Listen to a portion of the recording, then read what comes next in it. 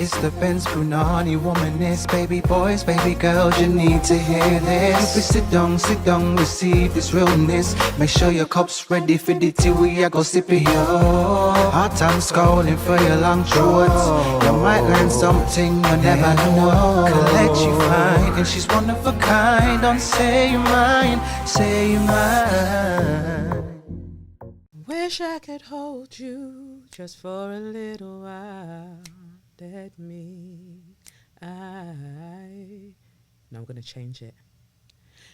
I wish I could throw you just for a little while.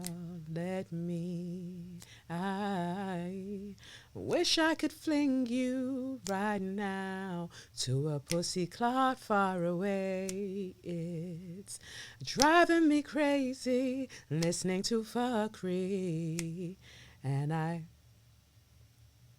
really wanna do some cussing. Soon as I fling you, baby, I'm gonna ask them for sure. Oh, could you suck your mom? I tried. I did something there. Yeah. In case you don't know, that was Brandy Norwood. When You Touch Me. Was that from the? Yeah, that was from the album Full Moon. That was a seminal album. Fantastic. I ain't even gonna rush. I ain't even gonna try. Since she walks up in the club, I've been giving you the eye. We can dance if you want. Get it cracking if you like. Must be a full moon. We had a full moon last week. Yeah, we had a full moon last week when I was recording. Because I find now that it seems like my cycles want to end up with the full moon cycle. Or with the moon cycle, whatever the case may be. It's just so interesting to me how plant medicine really helps you to recalibrate your system. I love that. Anyway, if you're wondering who's just making up random songs, it's me, Kelechi, the baby girl in the bestest place to be, and you are listening to SYM, officially known as Say Your Mind, unofficially known as What? That's right, Suck Your Mum. Why is it that when I started, instantly my nose started to itch? Like I was not having this problem before, and then all of a sudden it just decides to start. Oh, see, I didn't start recording this thing. I really play myself every time. Brent gave me clear instructions to not fuck about. Oh, I didn't tell you what happened. So last week, in case you heard snippets on the recording of I was going to be talking to Sherelle Skeet and Zachary Momo about Beneath This Place. That's the play that they're in currently at the Young Vic Theatre. That was meant to be part of the recording. Guess what? When I went to go and listen back to the recording, why was I hearing whoa,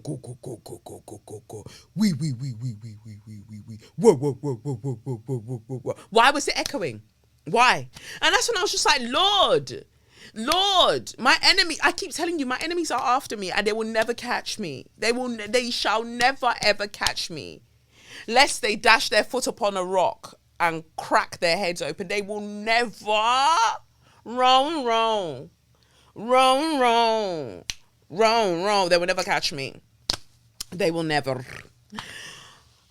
So I've got to re-record those 2 interviews. When I tell you I'm over podcasting, like, let's be real, I am over it.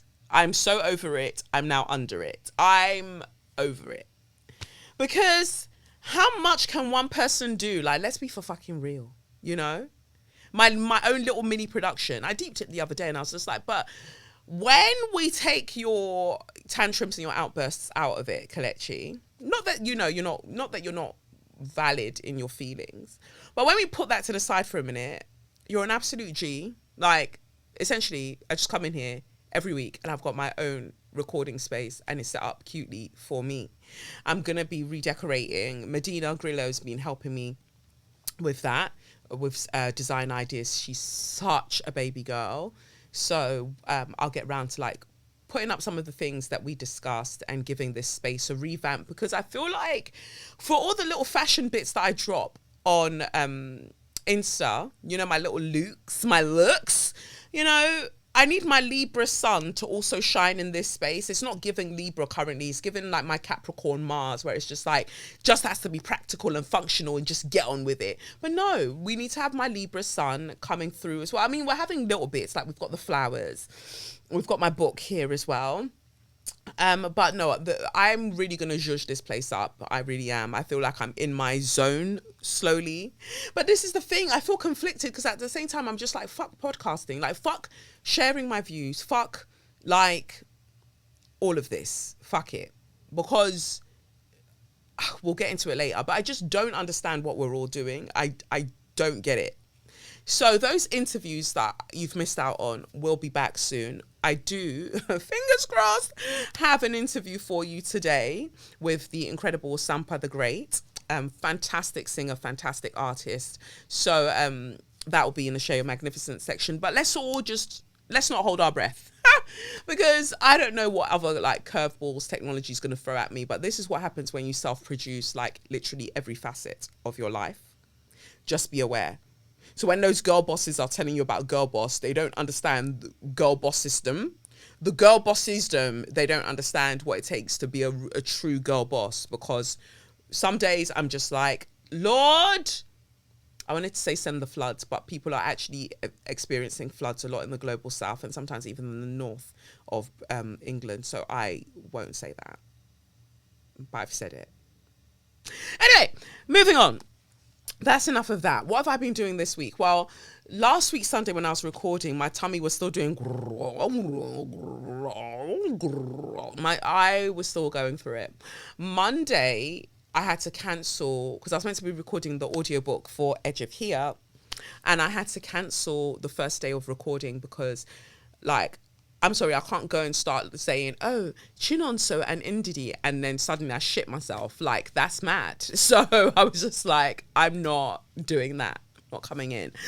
And instantly, when I cancelled and said I'm not coming in, I was also meant to do my reflection ceremony with Laurence. And I, again, wasn't feeling great about doing that as in my body. I was so looking forward to doing the ceremony, but my body, I was just like, I'm not going to be in the space to do this properly. I'm so exhausted. Nobody talks enough. You know, like people love to say nobody talks enough. Like, girl, you just weren't part of the conversations. Everybody's been talking. You just weren't part of the conversations. It is exhausting to be ill. Like, it is so exhausting. And especially when I wasn't like necessarily feeling ill, other than like my tummy and everything was just a mess. It's so tiring. Oh, you lose so much fluids, like dehydration to bumba. But yeah, so I was just like, I'm depleted, and I think that you have to have energy for, you know, spiritual ceremonies and things like that. So I cancelled my audiobook recording for that day, and I cancelled my session with Laurence, and she was, you know, lovely as always about it. And as soon as I did those things, I instantly started to feel better. And again, I keep saying that I don't want to woo-woofy everything and make everything like, oh my God, this is so spiritual. But everything literally is spiritual. Like, we're all spiritual beings having a human experience, right?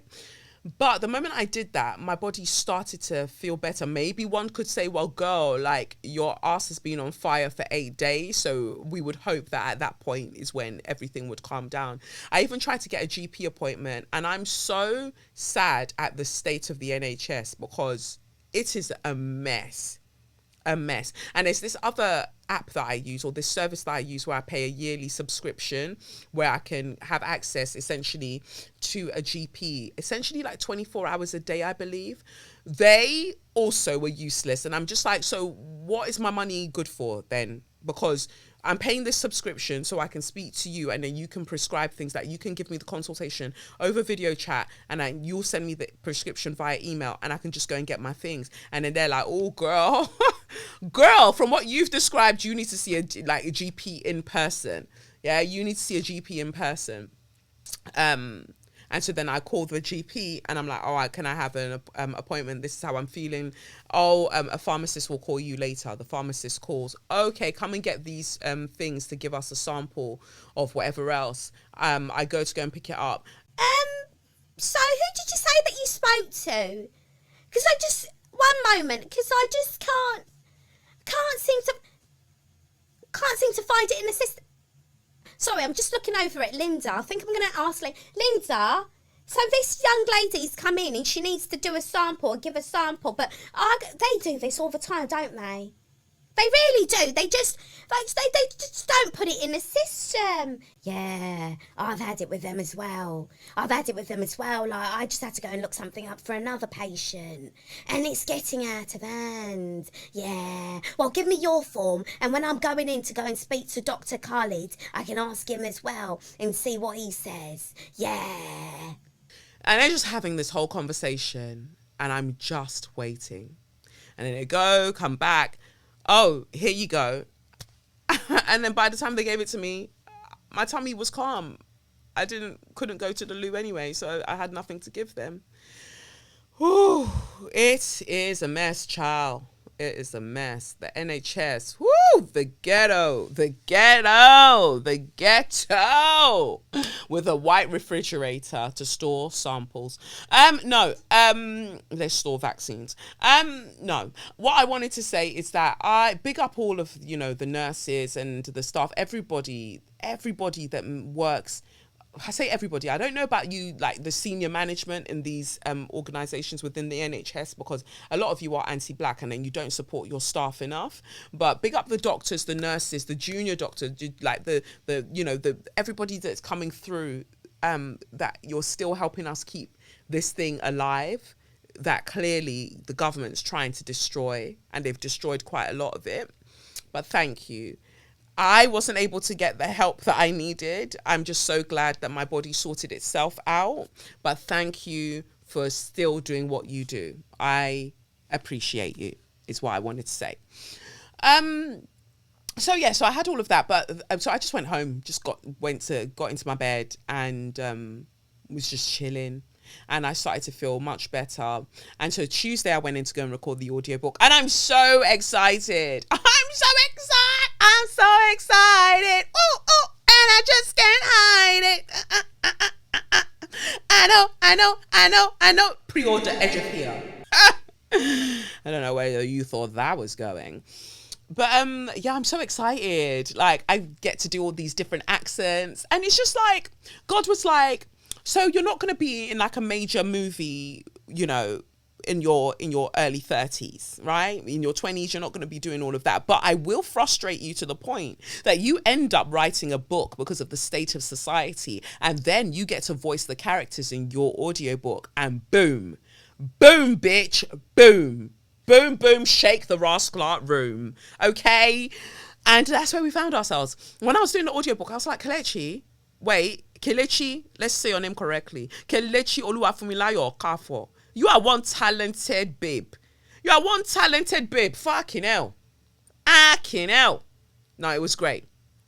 The only accent I didn't do was the Scouse accent, because Ndidi in the story is meant to have a Scouse accent. Now, the way that I've rationalized this is because Ndidi, she's in the story called The Watchers. If you got the anthology Who's Loving You that was edited by Sarita Domingo, who's also my editor for Edge of Here, you would know of Chinonso and Ndidi already, but their story has been updated slightly. So even those of you who felt like you'd read it in that anthology, get ready for just a few minor tweaks, that's all. But then you've got 7 other stories that you've never encountered before. Well, you've encountered a little bit of the allyship if you came to Sadler's Wells for that show. But what was I saying? So I didn't do the Scouse accent, and the way that I rationalized it is because we go back in time to Bonnie, where they were stealing us, they were stealing black people, they were stealing the West Africans and taking them through that port. Now, she wouldn't have a Scouse accent in Bonnie, Nigeria, would she? So then she can't have a Scouse accent in the present day. And if I changed her accent when I change time, I don't know, directorially, it'll be great to get your take on this. Directorially, I just feel like for the sake of consistency, I just needed to leave her accent as it is. But I'm just lying. I'm lying, because if I could do that Scouse accent properly, the way that I want to do it, without you Scousers attacking me all the time, like, Kelechi, that's not even right. That's not what you sound like. And that's what you sound like to me in my head, okay? So yeah, if I could do it, I would have definitely done it, and then just been like, you can figure it out when she's in the present day and when she's in the past, because I'll obviously give her a more West African accent, if you can call it that, for back in the day. But anyway, all I'm saying to you is that she just has my accent when I'm reading it when I'm reading that story. But the other stories, I played about with a few accents, except for a Russian accent. I didn't do that because one of the drivers in one of the story's called Blue. He's got a Russian accent, but I didn't do it. But I did an American accent for one of the characters in Broom, which is the name of one of the stories. In fact, I can tell you the name of all of the stories, can't I? Because it's my fucking book. So, Edge of Here by Kelechi Okafor. So, oh wow, it's lovely. Anyway, it says here, the first story is called The Watchers. The second story is called The Ally Chip. Third story is called Blue. The fourth story is called The School Run. The fifth story, I started worrying about my counting there. The fifth story is called Uterus Star. The sixth story is called The Other Man. The seventh story is called Broom. And the final story is called Councilwoman. So there you have it. Bloop, bloop, bloop. So yeah, I can't wait for you to get into the stories. Now that I'm doing the recordings, I'm so excited. So the first day of recording was great. I mean, I'm kind of used to audiobook narration because if you remember, I narrated Jendela Benson's book, novel, Hope and Glory. That was really fun to do. I loved that. And I love her work. So doing my own, I was just kind of, and I was in the same booth as well. So it was just like, memories from the corners of my mind, misty straw flinging memories for your bumper clot. Thank you. Send the Grammy in the post. So it was nice to be in the same booth doing the things. And so I recorded Tuesday, Wednesday.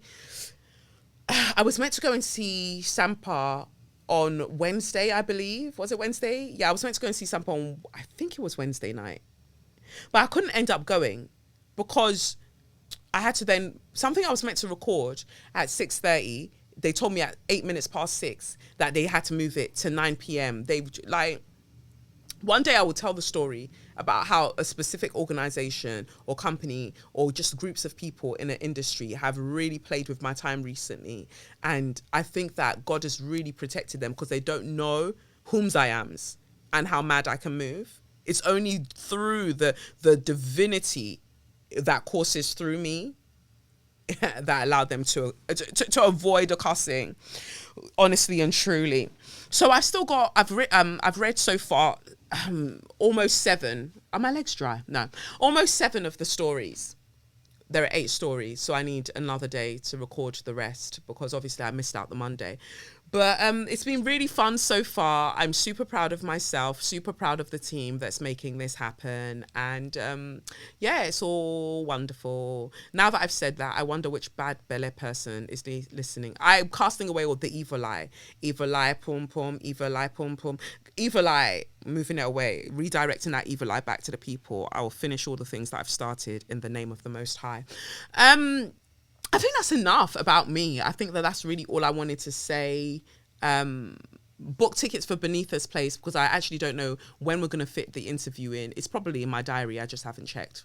When we're going to fit the interview in. So by the time we fit it in, I don't want you to miss out on tickets of seeing the show. I haven't seen the show yet, but I'm excited about going to see it. So I want to see Beneath This Place at the Young Vic Theatre, written and directed by Kwame Kwe-Amar. So that should be interesting.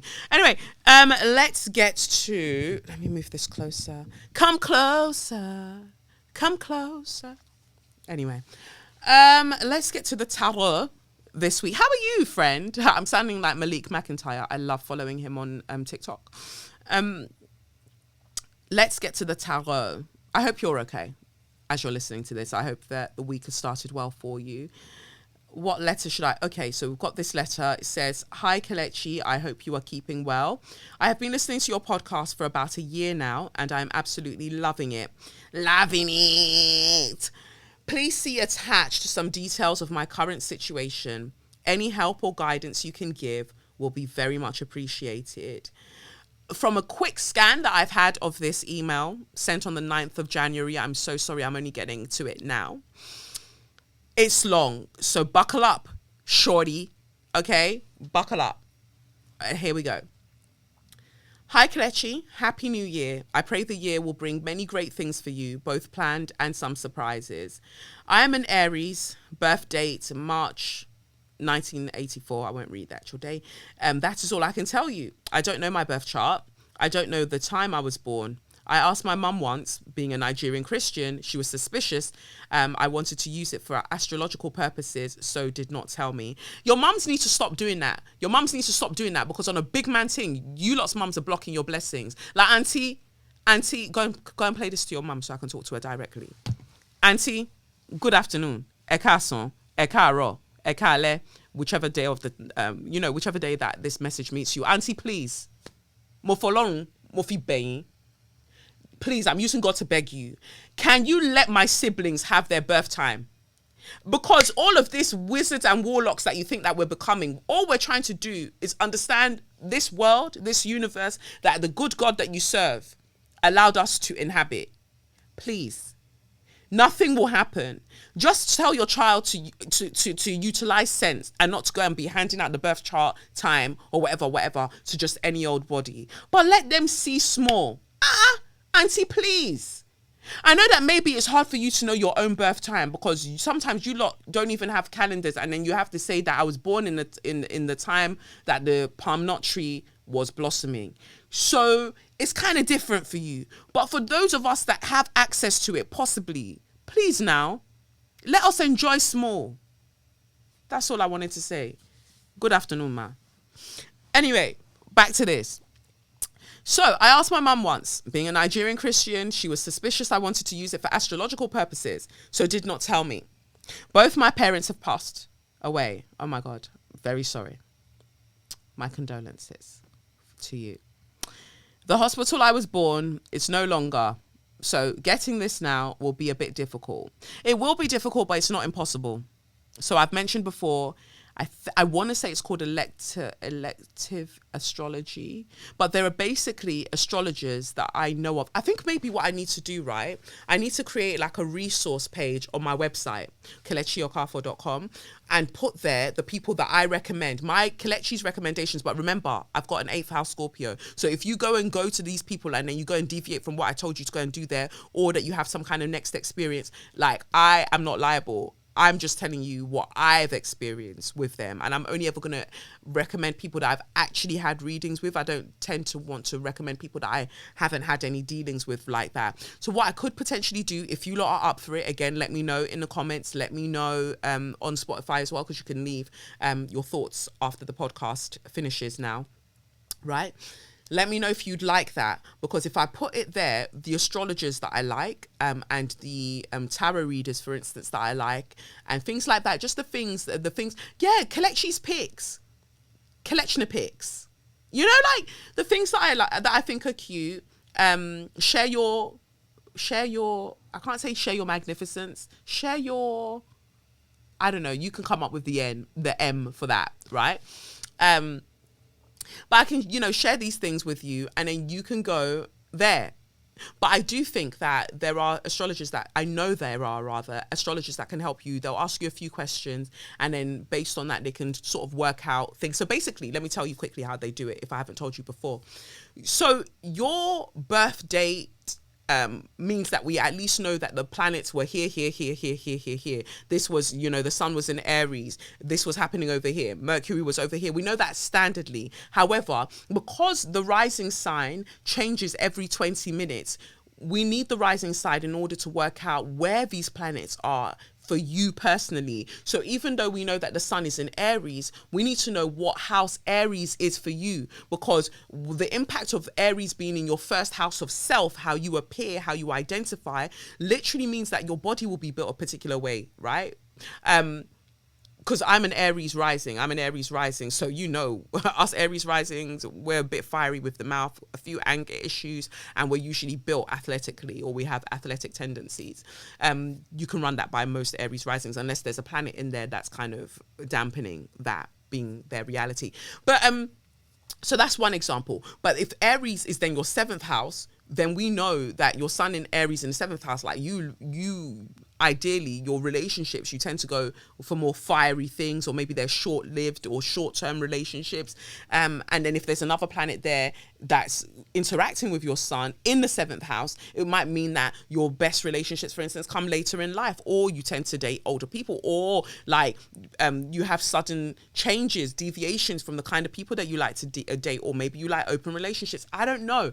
But my point is, based on what changes every 20 minutes, and therefore which house ends up being your rising sign, ends up being your first house, it delineates what else is happening in your chart, and it makes it easier to understand over time. So it is possible, and there are only 12 houses, right? So the astrologer would ideally ask you certain key moments in your life, and they'll use those key moments to chart where possibly this would happen for you and this would happen for you within the hypothetical chart, until they land on what's most likely to be your rising sign.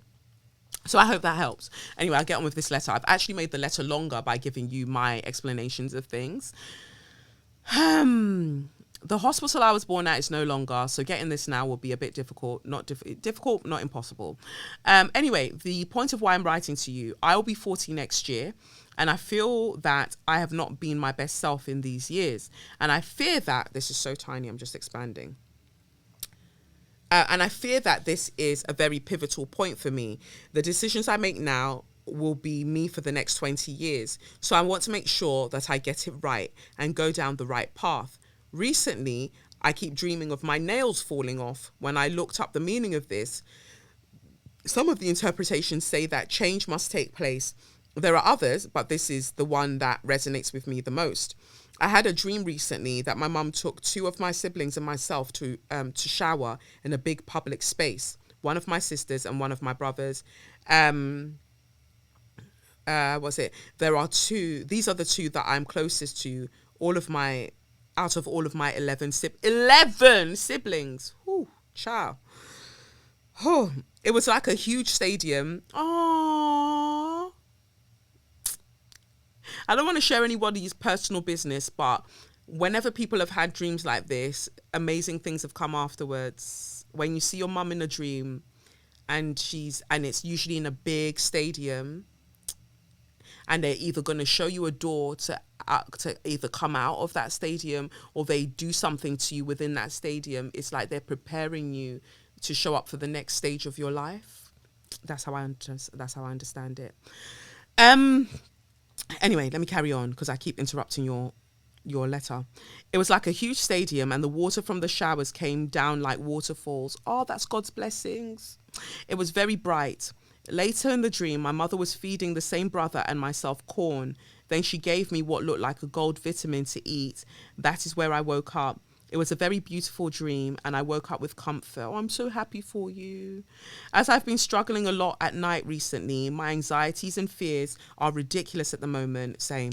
It's a very strange feeling, because I feel that I've put myself in a state where I'm kind of reborn. I have the strong feeling that I need to start over in all areas of my life, which I get, and is also a good feeling. However, my problem is I just do not know what to do or how to do it, and that is where all my anxieties and fears take over. I grew up in Peckham, SE15, the norm all day, every day. Sorry, I had to pick up my ends. Back to, again, I need to stop interrupting your story. So I grew up in Peckham, and we lived there for almost 20 years. However, since my mum passed away in 2008, I have lived in several places. The longest I've stayed anywhere has been 2 years. I was renting my own flat in 2020 to 2021. When I moved in, I thought I would be settled there for some time until I was financially ready to get a mortgage. Unfortunately, it did not turn out that way. There was rats, not mice, in the flat. I tried to force myself to stay, but I just could not do it. Also, there was something spiritually not okay in the flat, and I think that was God's way of telling me to get out. So I found an amazing new place. Everything was good and ready to go, and I had my move-in date handed in my notice to my then landlord. I was to move in on the 3rd of December. I caught COVID really badly. I had to go to hospital on the 25th of November. On that very day, the new estate agent sent me an email to say that the landlord had given the property to someone else. I was in hospital for a week, so could not do anything about it and could not look for anywhere else. Landlords are pussy class. I am so sorry to say, landlords are pussy class. What do you mean? You had your move-in date, so that means you've parted with money in order to have your move-in date, and then they're telling you that they're giving it to someone else. Is everybody all right? Sorry, let me carry on. I was in hospital for a week, so could not do anything about it and could not look for anywhere else. I had a week to move out of my flat when I got out of hospital. Since then, I've struggled to find anywhere permanent to live. I stayed in hotels for a couple of months. I could not admit this to my family. While I was in hospital, the doctors had found a lump in my breast. So during this period, I had to have 2 biopsies and wait 2 weeks each time for the results. So it was very emotional and reflective time for me. I'm just editing as I go along. Thankfully, it turned out to be a cyst and it's benign. I since moved twice in the last year and I'm still not in a permanent accommodation. I will need to move in the next 2 months. The last couple of years, I've consciously been trying to make changes with the people I'm around. In 2021, I ended a 20-year friendship, and since then, I've detached myself from other people from my social circle, which was not massive anyway, but enough. I found that I was being the worst version of myself when around these people, and I had to put a stop to it. I'm not pointing fingers. I contributed to the negative energy, but I also knew I needed to move away from being around people who we did not elevate each other. Honestly, it's been a huge weight off my shoulders, not having to worry about such friendships and just doing me. I have times of loneliness as I like going out to eat, socialize and party every once in a while. But God has a strange way of doing things. A friend I lost touch with over 5 years ago got back in touch and we have been hanging out. It has been a perfect arrangement. She has 2 kids and can only hang out once in a while, which has been perfect for me as I get to feel that urge I have to go out and get wasted, chat shit and dance until we next meet. There are no pressured expectations. Pardon me. There are no pressured expectations. We text once in a while to check in with each other and to arrange another meetup. But there's no pressure between us. I've never had a massive social circle, and I'm okay with that. I've always said all I need is 1 or 2 good friends, as I come from a big family and we're all quite close in age. I've never had a long-term relationship, just a few situationships and one-night stands. I've never had enjoyable sex. My insecurities have led me to seriously oppress this part of myself. I would love to have a great sexual experience, but keep telling myself I must wait to find my person. That then brings another fear, which is that I will never meet that person, so I will never have that experience. I think that there is a connection between my friendships, particularly the one I had for 20 years, and my not being able to have a long-term partner. I've always struggled with men, just the simplest thing like eye contact or even smiling. Past connections with men has mostly been when I've been way too drunk. Now I'm finding myself being able to hold eye contact, smile, even say hello. I know this is basics for most people, but for me, it has been very difficult. I think the negative energy coming from these friendships was somehow blocking this part of me. Because I've never had a long-term partner, I had put a lot on my friendship. I'd put a lot on my friendships, and at times would get really disappointed when friends let me down. I realized that what I was seeking in these friendships was actually intimacy. My life was actually the intimacy my life has missed from not having a long-term partner. I have fibroids with symptoms of polycystic ovaries, sleep apnea, and high blood pressure. I'm overweight. I have been for 30 years, but carry myself well and active for someone who is overweight. I've made the decision to go for gastric sleeve surgery in Turkey. okay, I'm just going to continue reading. And feel that this will change so much in my life. My issues with how I see myself comes back to my weight. I am a very attractive woman. The weight, luckily for me, is in all the right areas and well proportioned. I do not have issues with attracting men, but I have issues with how I see myself, which comes back to my weight. It has taken me years to get to the point where I can look at myself and say, damn, you are all right. Unfortunately, the habits and behaviors that I have built up over the years when I was extremely insecure and really hated myself is now very hard to get rid of. I've always wanted to get married and have children, but I'm now scared that this will not happen for me, given my age, my health stuff, and never having a long-term partner. I've been mentally preparing myself that I possibly might not have children, as there are other options, but I can't do the same with finding someone to share my life with. I've tried to live my life being what I think a good person is, but feel as a result, I've also oppressed myself a lot. I'm always nice to people and do not like conflict. I've never really done anything crazy or risky in my life. I've recently been playing with this idea in my head of creating an OnlyFans account, but then I tell myself that spiritually this is not okay. What?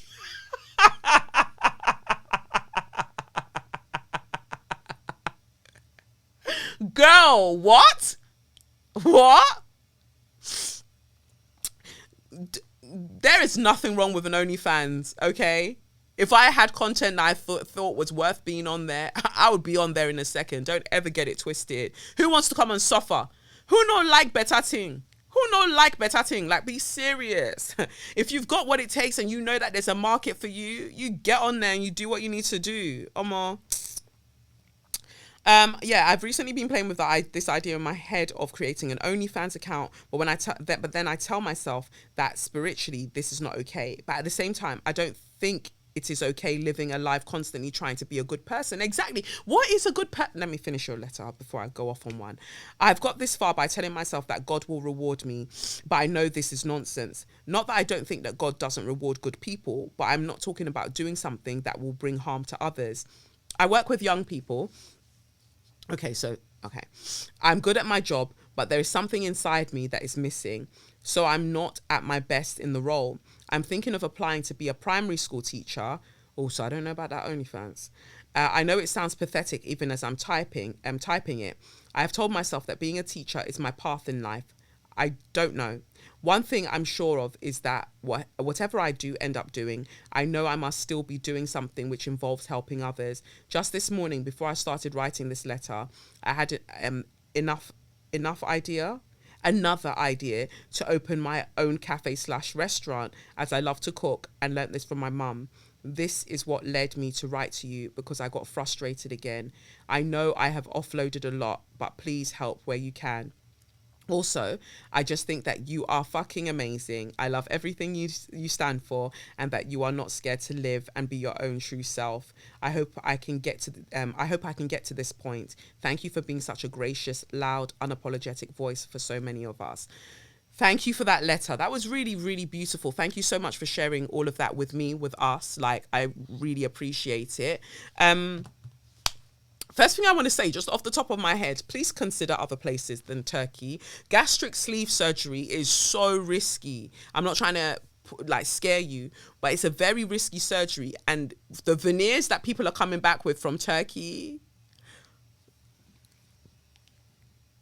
yeah, when their mouth looks like that, no. Why is it only one size of tooth that they have in Turkey? Why is it only one size? Because you lot come back and then you're now trying to talk and the whole time you have to talk, because you can't close your whole mouth because the whole of the teeth. Can we get something more natural? It's giving horse. It's giving whatever sounds a horse makes. That's what it's giving. Like, can we not? And I say that, but then in other surgeries that people have gotten as well, like, please check very, very, very well. Yeah. Because gastric sleeve, and also if you go and get it done in Turkey, like how long do you stay in Turkey? Because you have to be on bed rest for quite a while, I believe, or just a little while. So getting back on the plane, I'm just thinking this for you, because if you haven't talked this through with friends or family, like consider me your friend in this moment. Like please choose somewhere like very, very reputable, because it not be beans. Like this is not no joke situation. I'm all for doing whatever you need to do.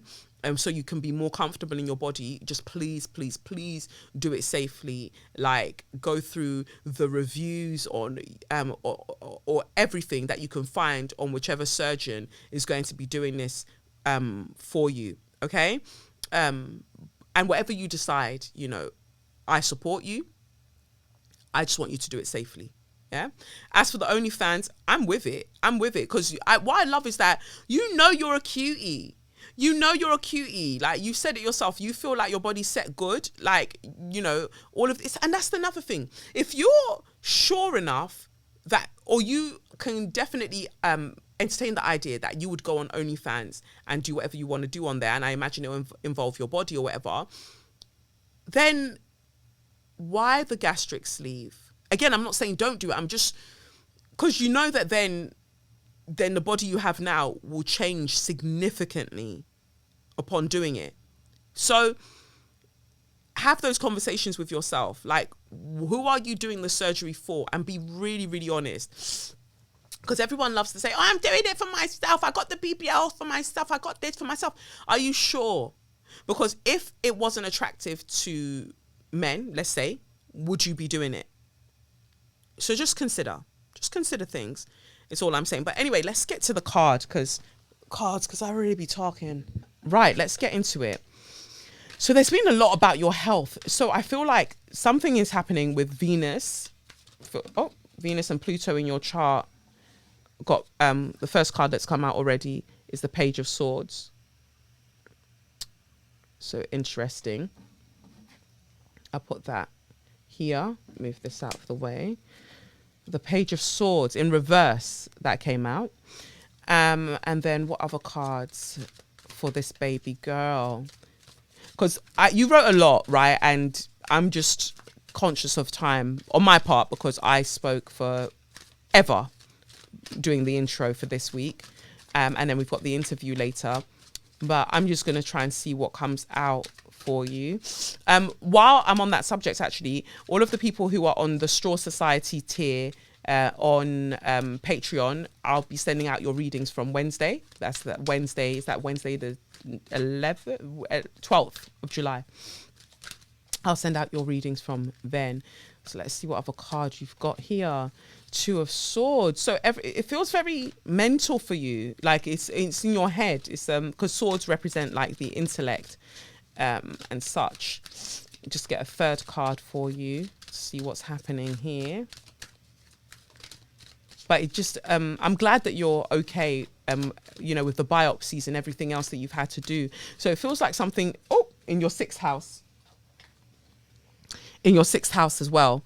You've got going on. Okay, so the cards that we've got the Page of Swords in reverse. We've got the Two of Swords upright. And then we've got the Four of Wands. And in this deck, we've just got 4 wands standing upright, like they're having a celebration or some kind of wedding day. Why is it not focusing? Pissing me off. There we go. 4 of Wands, if it decides to focus again. 4 of Wands, and then at the bottom of the deck I can see the 5 of Pentacles. So somebody looks like they've been left out in the cold. Let's see what I get from the spiritual. I'm going to say it again. The Dickhead in Recovery. The affirmations for a Dickhead in Recovery cards. Oh, that flipped out nicely. Everything in life has seasons. I will honor the seasons of my body and spirit. That's very cute. Move it right up close. Why is it just blurring? This thing is annoying me. Oh, there we go. Everything in life has seasons. I will honor the seasons of my body and spirit. And then a third card. My throat started to feel achy when I was reading your letter, and then I started pulling the cards. So I feel like there's something to do with your throat and not speaking up for yourself enough. I feel like with having so many siblings, growing up, you've kind of struggled to be able to say what it is that you want, because you've always felt like you needed to go along with what everybody else wants as well. So you haven't really spoken up for yourself. And so the repression that you've mentioned in terms of your sensuality, your sexuality, all of those things, I think that part of that is also because of the blockage in your throat. And then we've got this card, mending. Mending came out in reverse. It makes me think of threads, because that's literally what we're dealing with all of this week. Mending, 2 children sitting on spools. One sitting on the... 2 are sitting on the spools, you know, for the thread. And that is number 52, 527. Okay, don't know why my nose is doing up. Sniff, sniff. Sniff, sniff. All right. Let's go with what I'm seeing then. So, Page of Swords, and it's confirmed by the Page of Swords in reverse as well. You not really being sure what you think about things. Before my tit drops out. You not really being sure about what you think about things.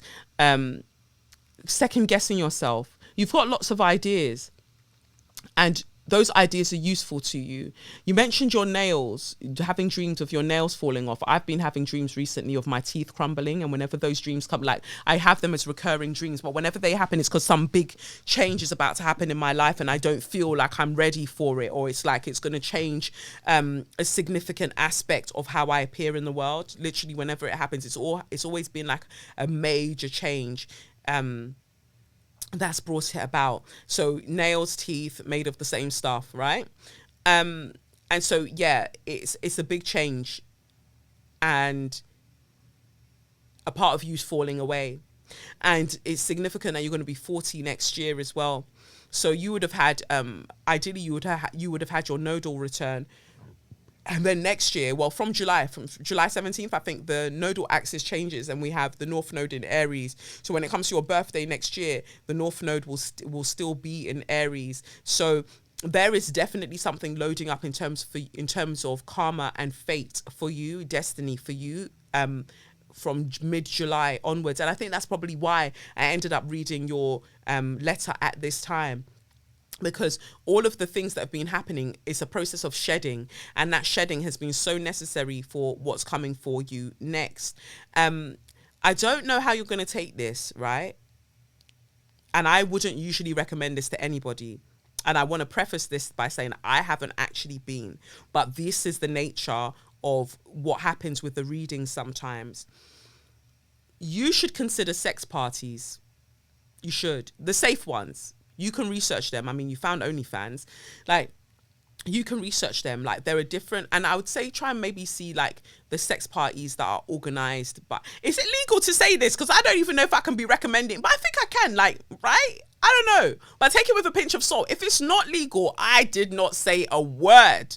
But I think it is. Right? Check that it's super safe. Like they all the measures that they take to make sure that everybody's safe who attends, all of that stuff. I'm not telling you to go, even if you don't do anything, right? I just think it'll be good for you to be there, because there's so much that's repressed within you. And I think that you're so curious, because from when you're saying like eye contact and even smiling, there's so much of you that's had to blend into the background. Here, like I'm looking at the 2 of Swords card here, right, that we've got.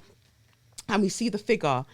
Let me move this. And we see the figure. They've got their 2 swords crossed across their chest, or 2 knives, and they're wearing a blindfold. And there's so much water behind them, so much water, which represents emotions. And so I think that you're so blocked off from all of your emotions and your sensual urges, because somewhere down the line you've been programmed to believe that it's wrong. And you said it yourself, like, I considered an OnlyFans, but I thought, spiritually, is it okay? What are you doing that's wrong?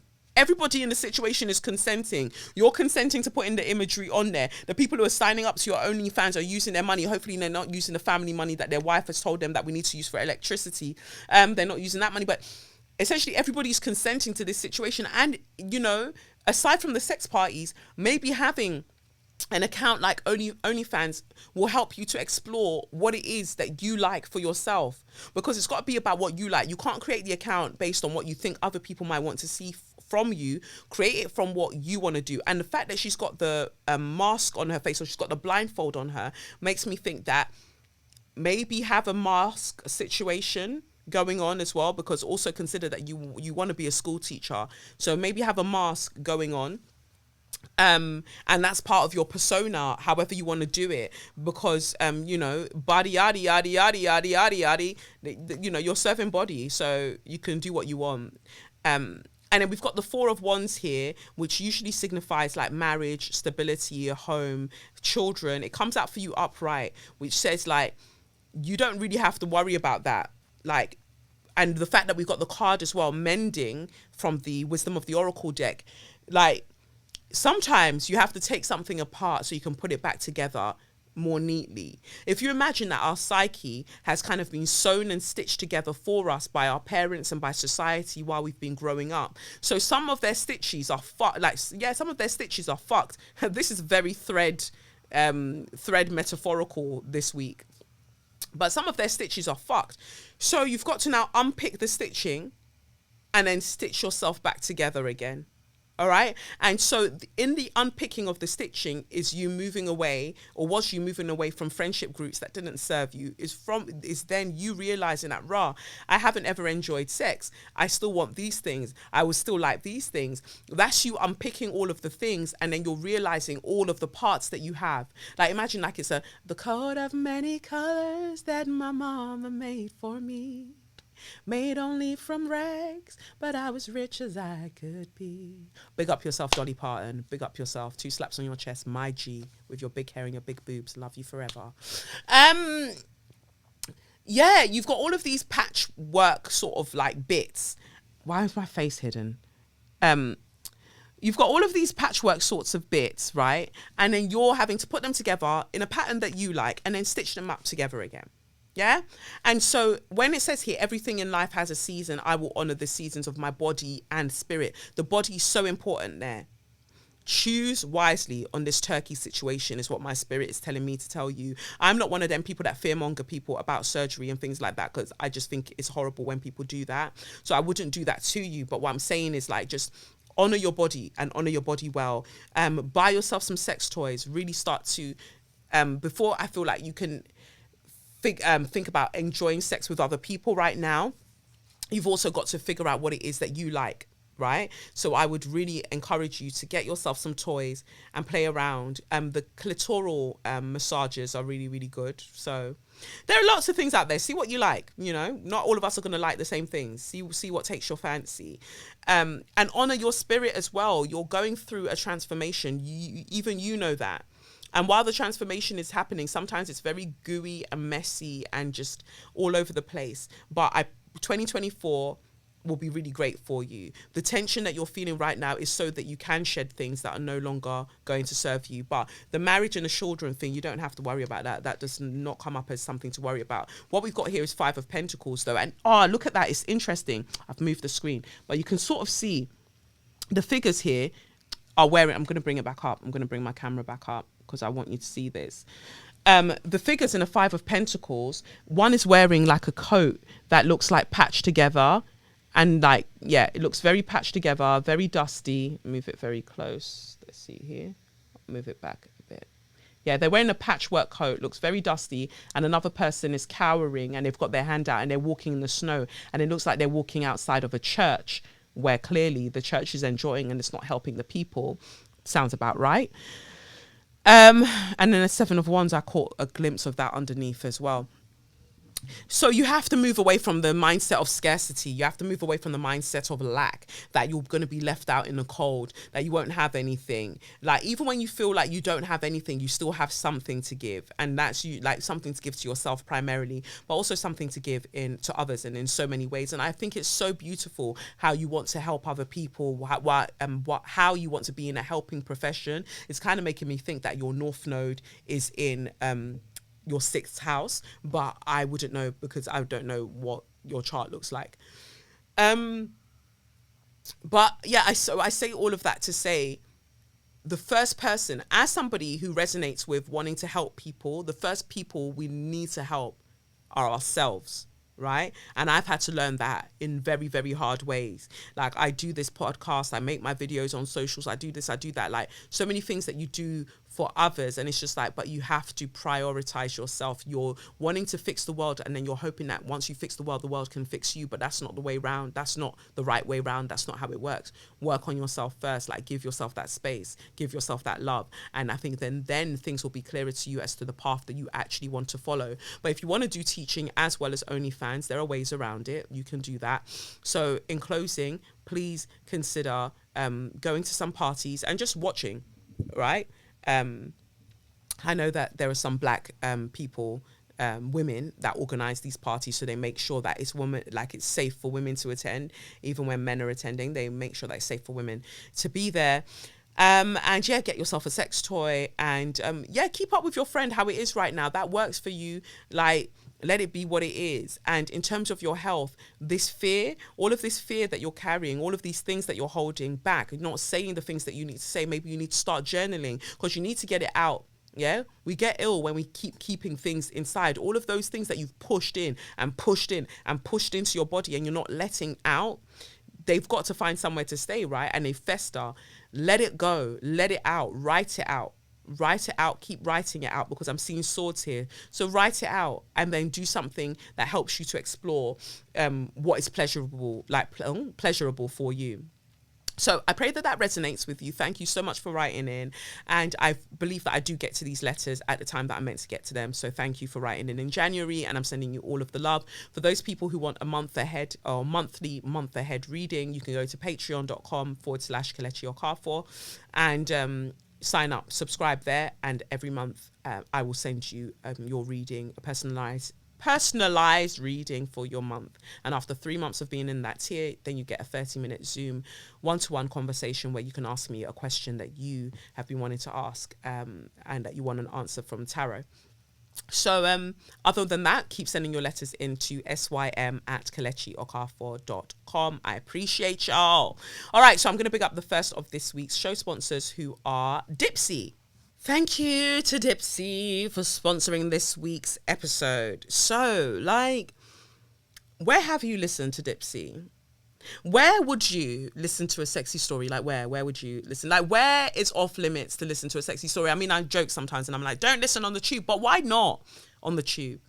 Right? Imagine yourself, you've got your headphones in, you want to make sure that Bluetooth remains connected. Oh, imagine if it just disconnects. But you ain't got to worry about that. I'm just saying things, I'm just saying things. But you've got your headphones on. You might be at the library, just smiling in people's faces. You might even be at the gym. Have you tried that? Maybe it's cool to listen to a sex story while, like, these erotic stories while you're at the gym. What does it do for your energy levels? I'd be interested to know. Like, let me know. Basically, Dipsy is an app, and it's full of hundreds of sexy stories designed by women for women.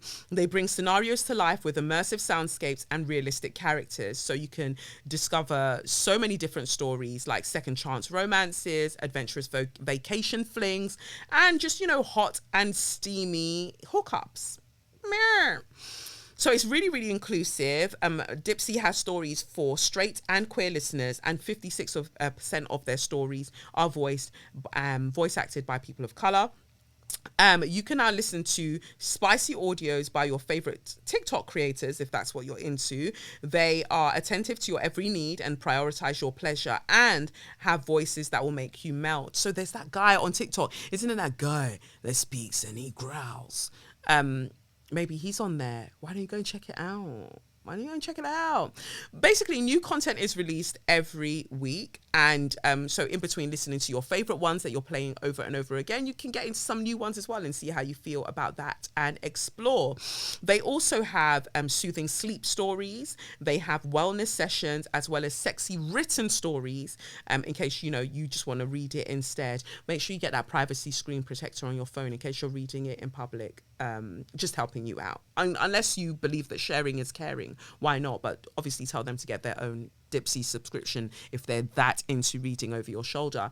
So let Dipsy be your go-to place to spice up your me time. Explore your fantasies, like the letter that I just read out for the podcast. You know, relax and unwind, or even heal things up and heat things up rather with a partner. Heal things up. It's also healing to like play around with each other and listen to fun stories. If you're into that, that'll be cute. Anyway, for listeners of the show, Dipsea is offering an extended 30-day free trial when you go to dipseastories.com/straws. That's DIPSEA stories.com/straws. So you get 30 days of full access for free. So go and check it out. dipseastories.com/straws. Go and get your life. Anyway, let's get to Share Your Magnificence. Okay, for Share Your Magnificence first this week, I wanted to share this with you. Okay, the Silverstone race is just finished. I was actively I've just seen it flash up on my phone. I was actively trying not to speak about it because I'm not there this year. Because I wasn't invited and nobody got me a ticket. I'm just here recording for y'all with no Silverstone. I think everything happens for a reason, and these Drive to Survive Americans that have now started getting into Formula One, I don't know if that would have been my vibe particularly, but I'm just saying that because I'm not there. I'm sure if I was there, I'd think it was cute. But 2 years in a row is cute or whatever. Who knows what will happen in other years? But also, we all know that I haven't been as Vimtastic, like Vim, this year with the vroom, vroom, vroom of F1, because I just think a lot of the things that are happening are absolutely disgusting. The racism is really racismizing, and yeah, I'm just not with it. I'm not. So I guess the energy was out there, and Spirit was like, you don't need to go this year. Don't worry about no candy floss in the Paddock Club or the Lobster. Don't worry about none of that. Sit your ass and go and record your podcast. So here I am with y'all. Okay, with y'all. Anyway, let's get into this. Hello, Kelechi. I hope this letter finds you in the best of health and spirits. First things first, as a patron and a general admirer of you, I just want to take a moment to let you know how much I appreciate the incredible work you do in all the many avenues that you excel in. Truly the ultimate baby girl. Thank you. Seriously, you're like a ray of sunshine in this crazy world, and my life feels so much richer for having experienced the wisdom, joy, and straws you've shared. Keep doing your thing, because there is no one like you. Thank you. No one like you. Big up P Square. Speaking of making a difference, I wanted to nominate myself for Share Your Magnificence and tell you about this amazing event that I've been working to produce. 3 years ago, my brother and I started a community interest arts organisation called Flat 70, based in Southeast London, where we grew up. I won't bore you too much with the details, but if you'd like, you can read more about our story on our website, flat70, as in flat70.co.uk. and see some of the work we've done on our Instagram as well, which is @_flat70, In short, we're all about supporting emerging artists, celebrating culture, and bringing our community together. I think the work we've done over the years has been pretty special, and we want to celebrate all of that and continue to support the artists we work with. With that in mind, we're hosting a Flat 70 family fundraiser. That was a very many fuzz. Alliteration collector. Flat 70 family fundraiser on July 26th at South London Gallery. And despite a whole lot of anxiety and self-doubt, I've been dedicating myself to doing everything I can to make it a beautiful event that fulfills our values as an organisation. And I wanted to give myself a little shout out to Snickboo, shout out to honour the work we've done so far. If it feels right to you, it would mean the world if you could share the details with your listeners. They can RSVP and grab their spots at the event through this link. I'll put the link in the show notes for you to get. It's on Eventbrite. I really can't thank you enough for the positive impact you've had on my life through just existing as yourself and giving the rest of us, dickheads in recovery, the permission to do the same. Your authenticity and passion are contagious. All the love and gratitude. Thank you, baby girl. 2 slaps on your chest for Flat 70, you and your brother. Big up yourselves. Big up yourselves. That's wonderful, because we've got to support each other, innit? So 26th of July, a mood at South London Gallery. So if any of you can get down there to show support for the fundraiser, please do. I'll put the link in the show notes and you can grab it from there. So let me just remind myself. Done. Reminded myself. So I'll have that in the show notes for you. Remember, Kelechi, remember. Anyway, thank you so much for sending that. And now we're going to cut to an interview that I did, a beautiful, beautiful chat that I had with Sampa the Great, named Sampa Tembo. And Sampa is a brilliant singer, rapper, songwriter, baby girl. She recently had a show at Coco in Camden, which I was meant to go to, and then other people started messing with my life, but everything happens as it should, and everything is working for me, not against me. But sometimes people be trying me, child. But yeah, Sampa was amazing to talk with. Just beautiful, beautiful, beautiful soul. And you know, I love talking to artists. I love talking to like writers, to everybody really. Like, there's so much wealth, so much beauty, so much talent out there in the world, that when people are like, yeah, like, let's chat, I'm like, let's fucking go, let's fucking do it, why not? So I hope you enjoy our conversation about music, about spirituality, about authenticity, about integrity, you know. Well, I'll catch you in the flip side. Well, not catch you on the flip side. Go and enjoy the interview, and I'll chat to you in a bit. So, welcome, Sampa. Welcome. How are you? I'm good. We had a very amazing show last night. I was so floored by the support from London. It was insane. I Oh, almost had a young cry. I'm so annoyed that I missed it. I was so looking forward to it. I had an interview to do, and it's been moved around, and then they were like, "Oh, can you do 6:30?" And I was like, "Okay, if I do 6:30, you're on at 9. That's fine. I'll make it at 8 minutes past 6. I get another email. Sorry, gonna have to move this to 9 p.m. I was like, why are my enemies after me? Why are they after me? Oh, we took a video, so hopefully we put that Yes. out. But it was good. It was really sweet. You London, deserve Coco as well. Coco and Camden. that was beautiful. Really beautiful. Oh, but how's the journey been? So, you know, loving your music, loving the support that you get on, you know, Spotify. That's the main one that I use anyway to like listen to music. Loving the support that you get on Spotify, loving the reach that you're getting, and everything is growing, everything is flourishing all of the time. So I love that for you. But obviously I read that there's some like conflict, I guess, in terms of nationality, identity as well, as all of that, because you were born in Zambia, right?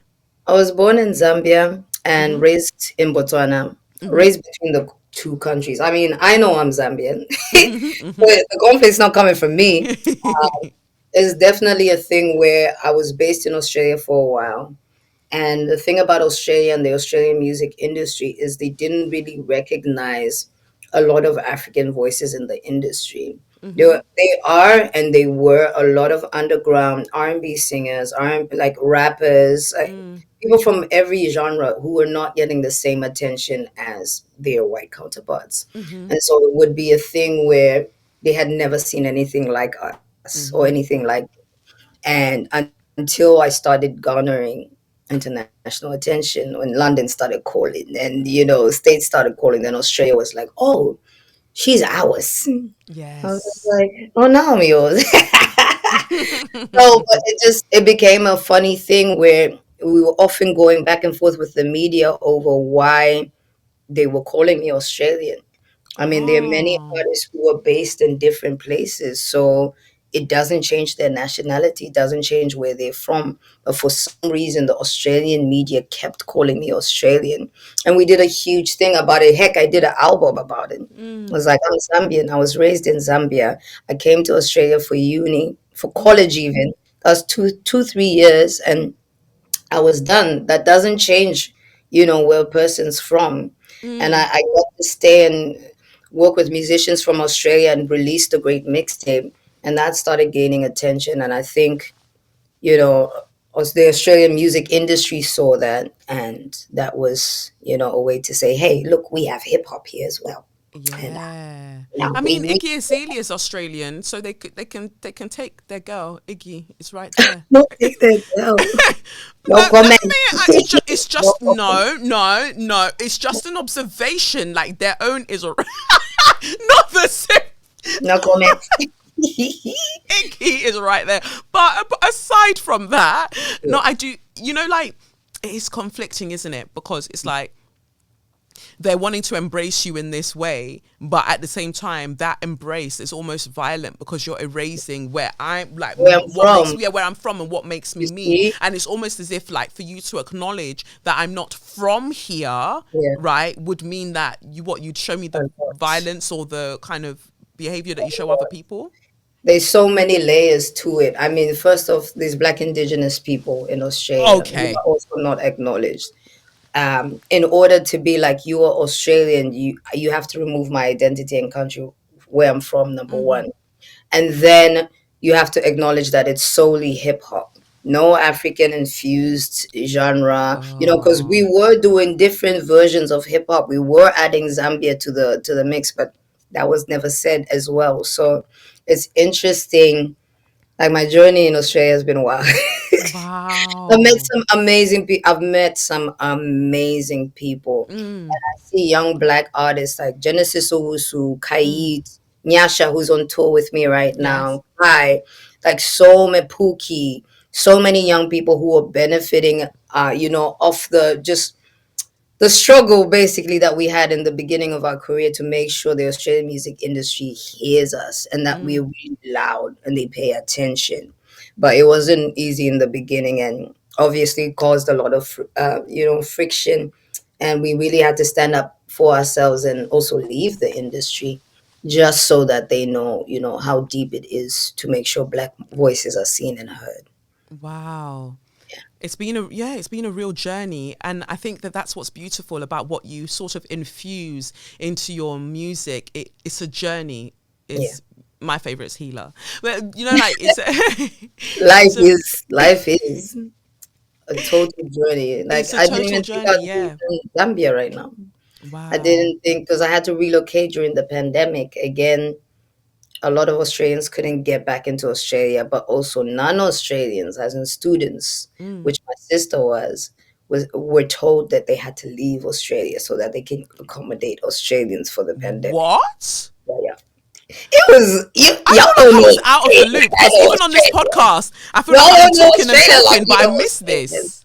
So a lot of the international students were told, it's either you go back home, but there's no assurance that you enter the country because the borders is closed for everybody, even Australians on the Oh outside, wow. or you stay, but you're not going to school, and you don't have your part-time jobs. For a lot of international students, that's the way we earn money to take Wow. care of ourselves, pay our rent. So you're basically stuck, and then you're not Australian national, so you don't get the benefits of what's this, the dole or anything. That's what you'll call it here. So it was this Wow. weird place where international students were like, well, the only choice I do have then is to go home. On top Yeah. of that, my parents are in Botswana, so I had to go and make sure they were okay because dad got Mm-hmm. COVID, and so it became Oh. this whole thing where we went home and we couldn't get back into Australia. Oh damn. And it was like, okay, so this place where I've established myself, this place where a lot of my music is being made, I don't have access to it anymore. And I'm back in Zambia, where I was born, where my people are from, but where I haven't necessarily created one a name for myself at home. I mean, they know of me, but I haven't Yeah. stayed home long enough to be like, this is what we do from here. And Yes. I felt like I was given an opportunity to do that, even though I thought that I'd have that opportunity later in my career, because also going home is not easy. Everything is twice as expensive. Yeah. You have to teach people sort of the things they don't have access to. We don't have the same, material. We don't have the same resources. So Mm. it was really, it was really a huge challenge, but a challenge that I'm grateful I had because Mm. I got to be reintroduced to Zamrock. I got to meet my mentor from the witch, Jagari Chanda. Oh I got to meet wow. my beautiful band, who is now the first Zambian band to do this, that. And Wow. just, recenter myself and feel the wholeness of being Zambian and being and living in Zambia. It really gave a new purpose to the music and the spirit behind the music, which I love. So A Yeah. redirection, but for the better.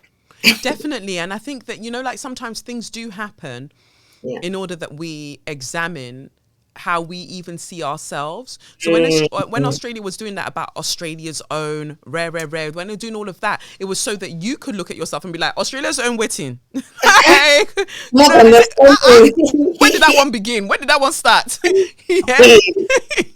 Truly, truly, it really made me okay. Even just look at the music that I make.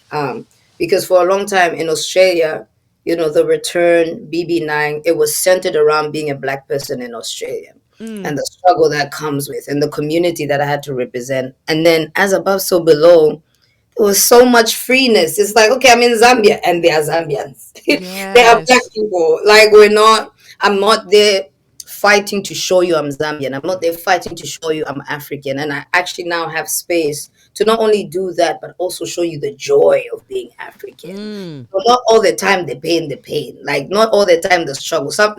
Sometimes there's beauty in showing the joy of our humanness. Always. I feel like I Always. only got to do that once I left. Oh, and I Yeah. love that because as above, so below. Like there is so like the titles, the way that you go about choosing your titles, whether it's for a mixtape, whether it's for an album, like how you go about choosing your titles is so gorgeous to me because the spiritual element of it is always kind It's of a, prevalent. Like it's just yeah, always there and beautiful because nothing that we do on the surface can happen without something happening underneath. exactly. And that is the main meaning of it, is what's happening on the inside is what I'm going to fully express on the outside. And Mm, because I finally got to go to Zambia, I felt whole. mm. It didn't feel like there was a Sampa on this side and a Sampa on that side. It felt like one whole Sampa Yeah. temple. And I got to show that to you. So I'm glad you mentioned the spiritual meaning of it, because my dad used to say it all the time as well. Guys, Yeah. as above, so below. That's another thing. So like That that is just like a they thing love that a I used to saying. They remember love him a saying. saying. And it was, yeah, it just felt fitting. It felt fitting for the album title. Even I love like Sampa the Great. The when we speak wholeness and speak greatness over our lives, because even sometimes the ways in which we are named, Yeah, it's about blessing, it's about talking about the circumstances of our birth, all yeah. of these things, but to choose like, no, this is my name, this is how I want you to know me. Address me. Yeah, Yes. exactly. Yes. Especially in an industry like Australia, it's like, okay, you're gonna start calling this black woman great. Right? Can you say that again? So Sampa the Right. great. Do we need Yeah, that bit? Can I just call you Sampa? no, no, no, no, no. And you're doing the accent correctly. You can add the great to it. But also just even on a personal level, you always want to be the greatest version of yourself. Like Yes. you're not always that, and I was not, trust me, not always this confident in my voice or the Wow. songs that I did, or even just being on stage. I remember going on stage with my first band, we do the show. I'm like, bye. Oh. No explanation, nothing. So thank you for, coming to, and that confidence grows.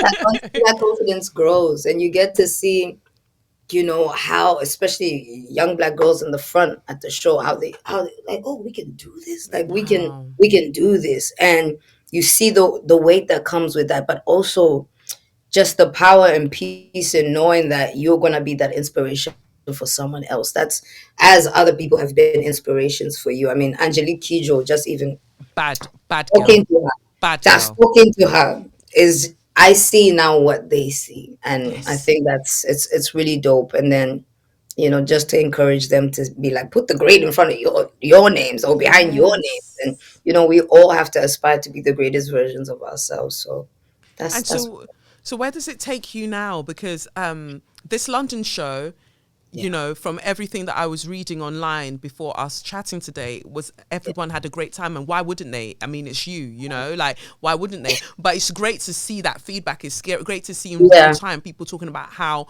touched and how changed they felt from experiencing that, because you bring a lot of soul, you bring a lot of passion, you bring a lot of healing through your work and through your music. So where do you see yourself like going with this now? Mm.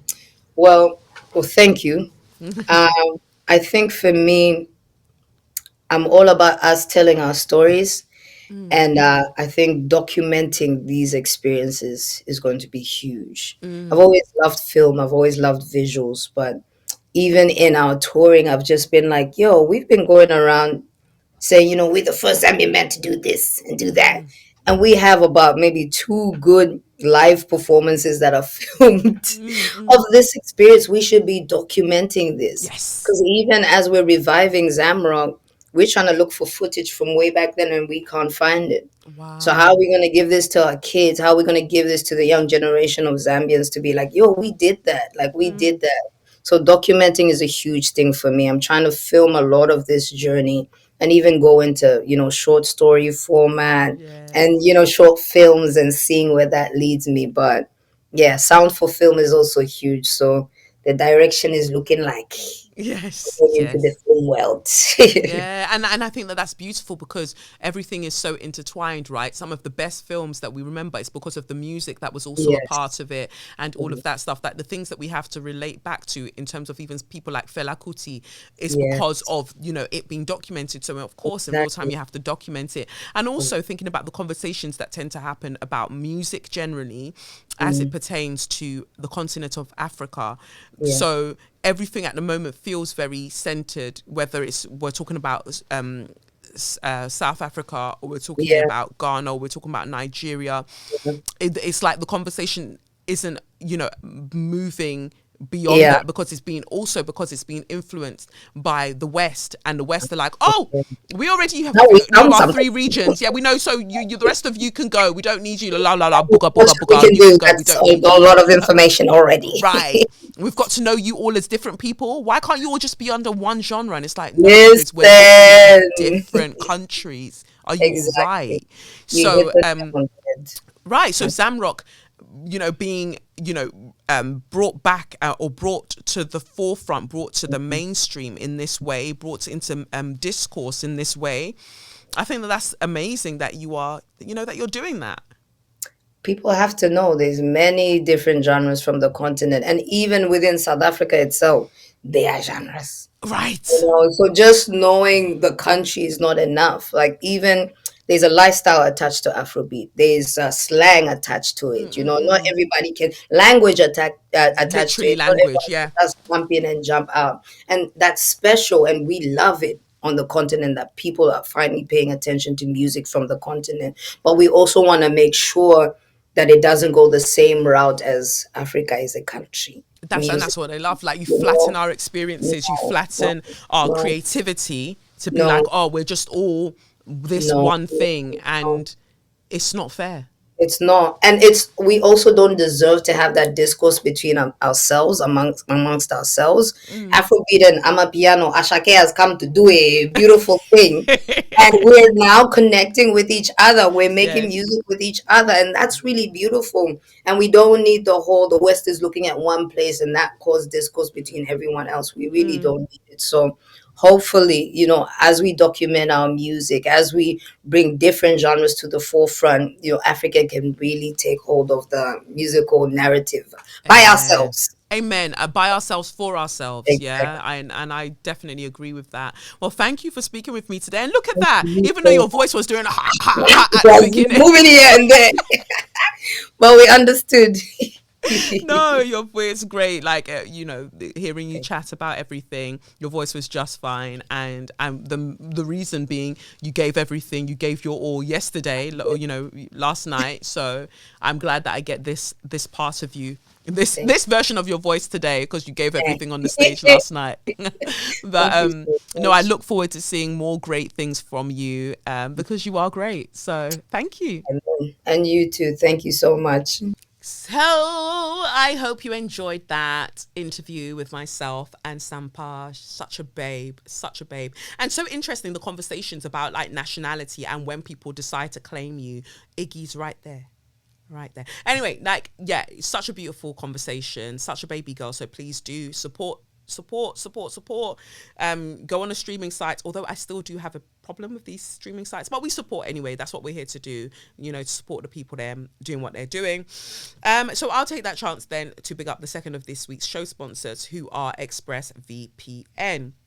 So you might be shocked. I'm shocked that in 2023, every parent hasn't installed ExpressVPN on their kids' devices. Like, you wouldn't let, your kids walk home from school without telling them not to talk to strangers or get into any windowless vans, or just not see a clown and follow the clown into a manhole. Like, there are just certain things you would make sure that you let them know as a safety precaution, and that's definitely why you should also have ExpressVPN installed, so not letting them just go online and just do whatever they like on the internet.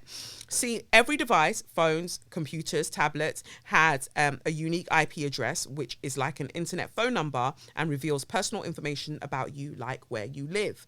So it's super simple for a stranger online to find your IP address. If you've ever clicked on a sketchy link or opened an email with a bugged image, your IP address can basically be exposed. Who knows what kind of creeps could physically track any of you down, and we want to avoid that. So please put your VPN on your things. It's not just about being able to watch the shows that we watch, but it's also just making sure that you're not traceable in that regard. So ExpressVPN is an app, in case you don't know, that hides your real IP address and replaces it with a dummy one, keeping you safe and private. It's so easy to use. I've got it. You just download the ExpressVPN app on your phone or computer. You tap one button and you turn it on, and you're easily protected, just like that. So I love it. And here's one of the coolest bits about it. They let you choose what country you want your IP address to look like that is coming from. So this is really, really useful, like I said, when you want to use it on streaming sites like Netflix or Disney Plus, or whatever the case may be, because basically sometimes you don't see all the shows that are available on that platform because of the country that you're set to, or that the country that it recognizes you as being from, or being in, from your IP address.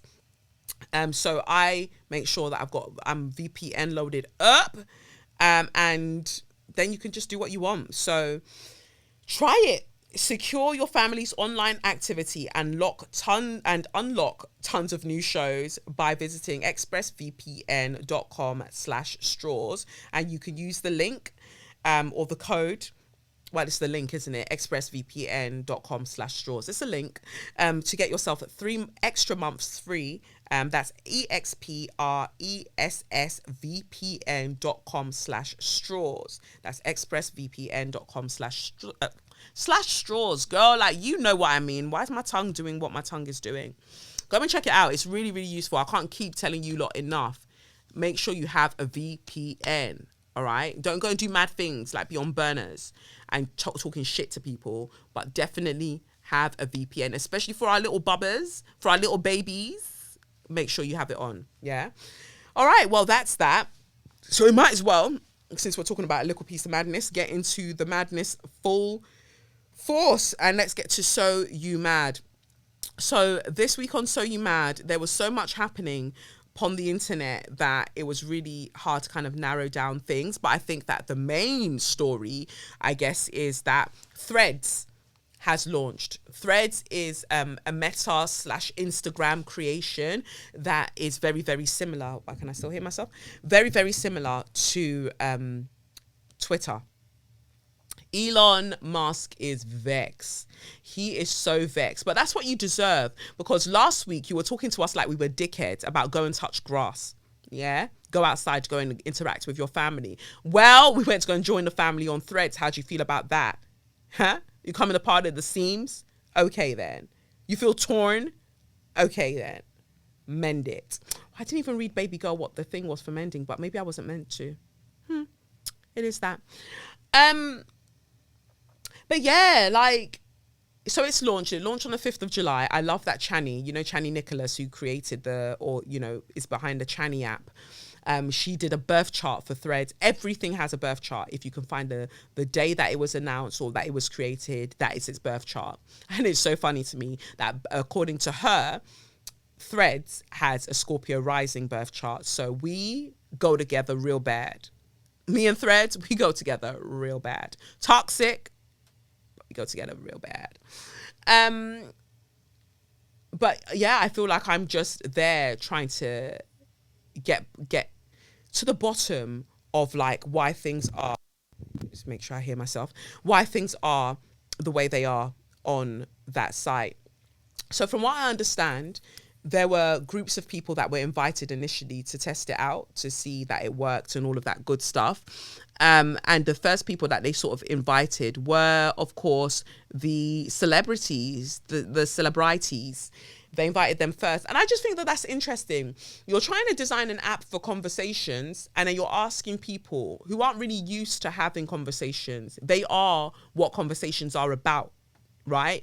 And they are just there essentially to be flattered. Their management teams don't let them say that much. Hardly any artist or celebrity, sports person, whatever the case may be, actor, none of them talk for themselves, really, usually. So in the first few days of creating it, yeah, it was cute because it was only the celebrities and the fancy people talking to each other. And it's like, oh my God, this is utopia. It should be like this forever, where we just talk to each other about how those peasants just love us. And then after they trialed it, they gave their feedback. Then it was then opened up to the public and everybody rushed in, and it got like 30 million sign-ups in like, what, a day, 70 million within a few days. Like Elon is throwing up. Elon is shaking, crying and throwing up because, my God, he could only dream. Because when we were cussing him out about those, you've exceeded the rate limit or whatever, when we couldn't read tweets and things like that. And he was like, oh, well, look how much engagement we got. This is record breaking. So you were getting excited when you thought that you could hold us hostage. And then now people are all jumping, running in their droves to go and sign up for Threads. See how it feels? Nobody in this life is indispensable. Nobody. So don't think that you've got one over on people like, oh, well, you have nowhere to go, because people will always find somewhere to go, baby. People will always find somewhere to go. Don't ever fucking get it twisted, right? So, yeah, it was interesting to see the conversations kind of like developing on there, and people sharing their, their hopes and dreams for this platform. Like, oh my God, I hope it's not toxic like other platforms. Oh my God, this is so cool. This is so fun. This is how I worry if I'm broken, because I was like, is everybody all right? The same Instagram, the same Meta that shadow banned me to bomber, like they shadow ban sex workers, they don't let you talk about so many things on Facebook. Even the way that they do this whole protected characteristics thing, where white supremacists can say whatever the hell they like and share some bullshit. I haven't been on Facebook in years, so I don't know what you all have going on over there, because I deleted my page ages ago. But so much is happening there. And should we not talk about how they basically facilitated Trump winning the elections due to the misinformation that was being shared on there during the elections that they allowed by very, very shady corporations or companies. So this is the same company that you think they're going to give you Threads and it's all going to be beautiful, when they're actively suppressing people's voices all of the time. The algorithm is set up in such a way that you just see vacuous shit all the time. But if you say something that is in any way meaningful and challenges the status quo, you'll be lucky if you see like 3,000 views or likes on that thing, because they don't want it to get out to people. The days where I write things in my stories that are quote unquote controversial, suddenly only a few people are able to view my stories. But let me wear a cute fit. Let me wear a shiny outfit. Oh, then it's seen. So it's clear how sophisticated the algorithm is and what it prioritizes. And that's scary. Should be scared. But everyone's on there like, oh, I'm so excited. This is amazing. We've got Threads. It's the new place to be. It's funny to me how even all the brands that would usually be getting flogged on Twitter, that, exploit child labor laws, like that they don't respect child labor laws, they're union busters, Starbucks.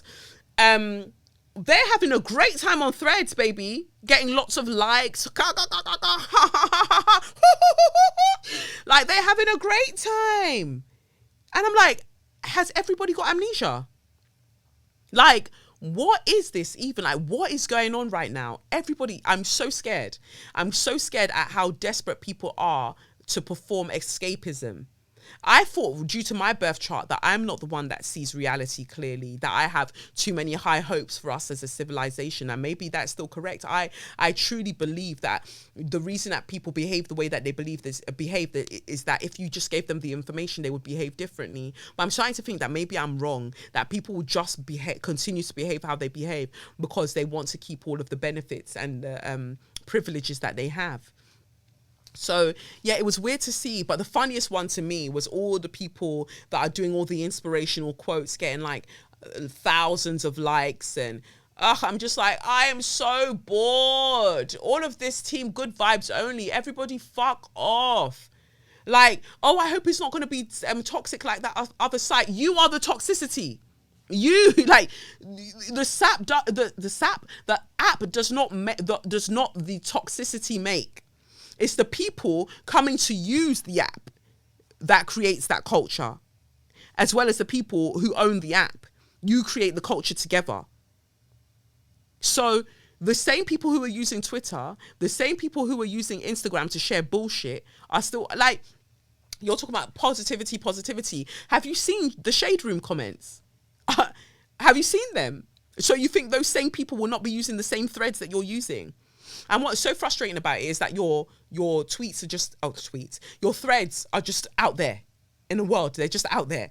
So anybody can reply because anybody can see it at any time. So it's not even necessarily people who are following you who know what you're about. So in the early days of, I guess, helping the algorithm to build its identity or to build its intelligence, you're just seeing all of these things, and eventually I think it will show people what they're most likely to interact with. But for now, people are interacting with you who don't even know the context of anything else that you've said, but that random thing has popped up on their thing and they're just writing nonsense to you. It's very weird.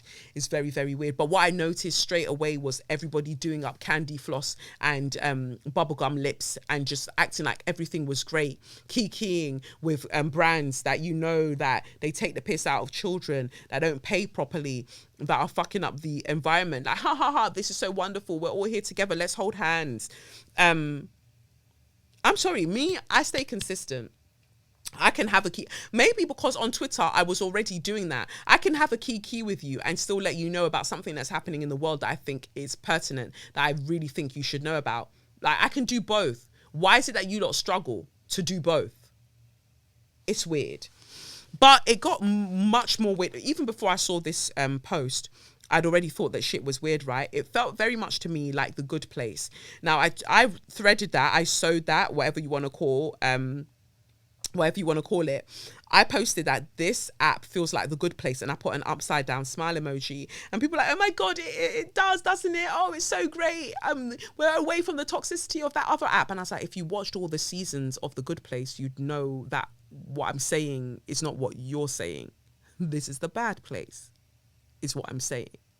Because Twitter is a mess, but let me tell you what Twitter is absolutely doing. We're at least even small, still able to have a conversation about what is going on with George Osborne. But we're going to talk about that later on when I get to Straw of the Week. But at least you could talk about it there. Instagram is not even letting you do that. That is very sinister. So, I'll just share what I read that I just thought, oh, this is some bullshit. This is some bullshit.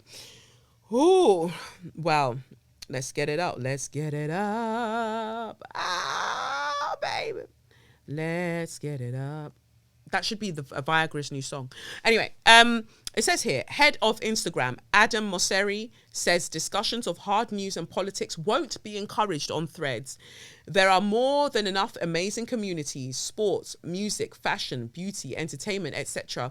to make a vibrant platform. Let me read you specifically what he said. He says here, the goal isn't to replace Twitter.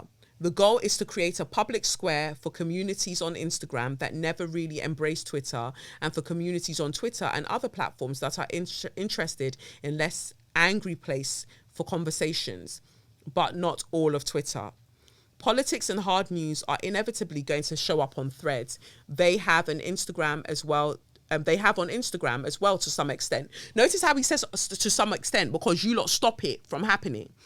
but we are not going to do anything to encourage those verticals. Politics and hard news are important. I don't want to imply otherwise, but my take is, from a platform's perspective, any incremental engagement or revenue that they might drive is not at all worth the scrutiny. Negativity, let's be honest, or integrity risks risks that come along with them, whatever you're saying there. There are more than enough amazing communities, sports, music, fashion, beauty, entertainment, etc., to make a vibrant platform without needing to get into politics or hard news. We won't discourage or downrank news or politics. We just won't court them the way we have in the past. If we are honest, we were too quick to promise too much to the industry on Facebook in the early 2010s, and it would be a mistake to repeat that. What are you talking about? What are you talking about? Like, what? Music, entertainment, sports, beauty, whatever the fuck else that you named. Politics is involved in every part of that. Beauty, colorism, white Eurocentricity, sports, who gets where and who gets paid what between men and women. Entertainment, okay, if you're going to talk about entertainment, you're not going to talk about the WGA strikes, the writers' strikes. So I'm scared by people who say, let's leave politics out of it. Like, what the fuck are you talking about? And it's very dangerous when you are running a social media platform to actively say, to expressly say that we're just not going to, because, we're not going to downrank it. You're a lying bitch. You're a lying bitch. Of course you are. Of course you are. Because by not quote unquote courting it, you're going to make sure that the algorithm just ignores it. So you're not actively maybe down ranking it, but you're also making sure that it just does not get any light. And that's why I feel like you're anti-black. I feel like as a platform and as people who run these Meta or Instagram, you're all anti-black, and nobody will say it to you because everybody's bootlicking. Everybody wants to make it onto the main Instagram page, so they don't want to say what needs to be said. You're disgusting. You're disgusting. And I say that as somebody that had their page deleted because of that Clemmy hoo-ha. You're disgusting. And then people who are actually trying to make sure that the masses are educated and they know what's going on, you're stopping them from being heard. But you'll promote, look at me chopping up onions really quickly and putting it in this lamb kofta, although that's very tasty, by the way, I must say. But yeah, I hate it. I hate it is what I wanted to say. And we should be scared. So all of the people who are like, oh yeah, this is so wonderful. This is so wonderful. Ask yourself why they want you to stay uninformed. Why? Why do they want you to stay uninformed? What's the benefit there? And to have these disparate conversations so nobody is ever talking about the same thing at the same time. Meta is not your best friend. Meta is not your homie, your bro, your broski. They're not.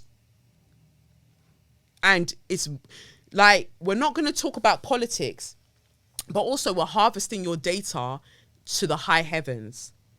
Is that not political? It's not? Let me not. You lot have fun. Have fun, because I'm realizing more and more, and that's what I was saying about this podcast as well. Like,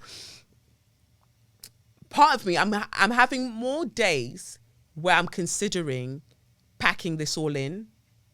I could just focus on a pole dance studio. I don't know what I'll do, but just packing it all in, like, I'm just like, what is the fucking point?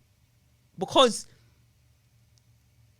powers that be, people who have more influence, more money than I do, more connections than I do, are actively trying to make sure that people aren't well versed at what's happening to them. And then I'm trying to, along with many, many, many other people, trying to make it known what's happening.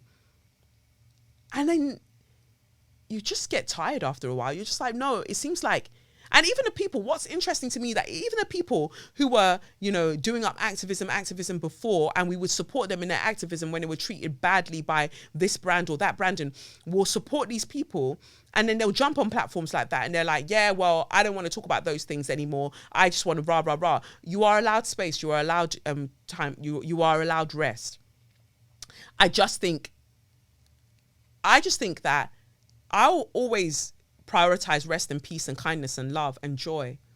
But if I saw that something wasn't right, I would still say it. I wouldn't be able to demarcate a space where it's like, oh, in this space, I'm not going to talk about that. I feel like it's so embedded into who I am as a person that you can give me any platform. You could just give me a pile of spaghetti and that is the only way I can communicate with people. I'm going to break that spaghetti up and still write my message. Like, I'm still going to do what I need to do. So, but we're all built different. And I'm not trying to say this from a holier than thou perspective. I just find it interesting that people can switch off in that way just to have a good time with Adam and Mark Zuckerberg. It's weird. But do you? But it won't last long. Mark my words.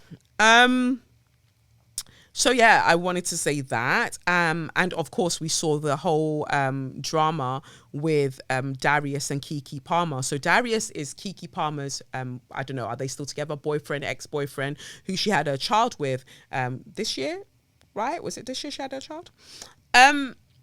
So anyway, Keke Palmer went to an Usher concert, I believe. She went to an Usher performance, and there was a clip that went up online where she's singing, Usher's singing, serenading her, and then she sings along, and she's wearing the cutest, like, sheer dress, and then she's wearing, like, a little cute black bodysuit underneath. She only gave birth a little while ago, so I love that our good sis is just getting her life. And Keke Palmer has always just brought good vibes. I don't know if she's done anything else, but from all I've ever seen her, or interacted with her about, she's only ever brought good vibes. So Darius Dalton, who is Keke Palmer's boyfriend, quote tweeted the video, and he said, "It's the outfit though, ... you a mom." Wow. I've never seen different factions of internet across platforms come together, assemble like the Avengers to deal with somebody in such a way. Everybody flogged, and they flogged relentlessly. They dealt with him. And I said, yes, correct, people. This is how you, now let's do it to the politicians. But no, this is how you deal with somebody. Of course, there were the people who were in support of him, like, yeah, but why is she wearing that? He's just expressing his vulnerability. That is the only time that you men know the word vulnerability. When it's to support some bullshit, some fuck shit that you would do because you're toxic as fuck, is when you're like, oh no, he was just being vulnerable. No, vulnerability would be, oh, whoo, look at my girl. She's looking hot and dancing with Usher, and I'm feeling a little bit insecure, if I do say so myself. That is vulnerability. People that come to you and be like, oh, poor thing, get the fuck over it, poor thing. They would have done that. You didn't do that. Instead, you shamed her publicly. The mother of your child, like you said, you a mom. She's a mom to your child, you pussy clut. Like, and you shamed her publicly by quote tweeting and being like, it's the outfit though, you a mom. So what should she wear? Like the last time they did it to Sierra as well, when her own pata was above her trousers. Like, oh, you a mom. What do you guys mean when you say that to us?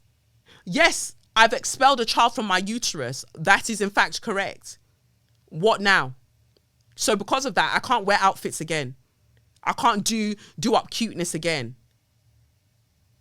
It's the absolutely vitriolic, patriarchal, controlling, abusive dynamic for me.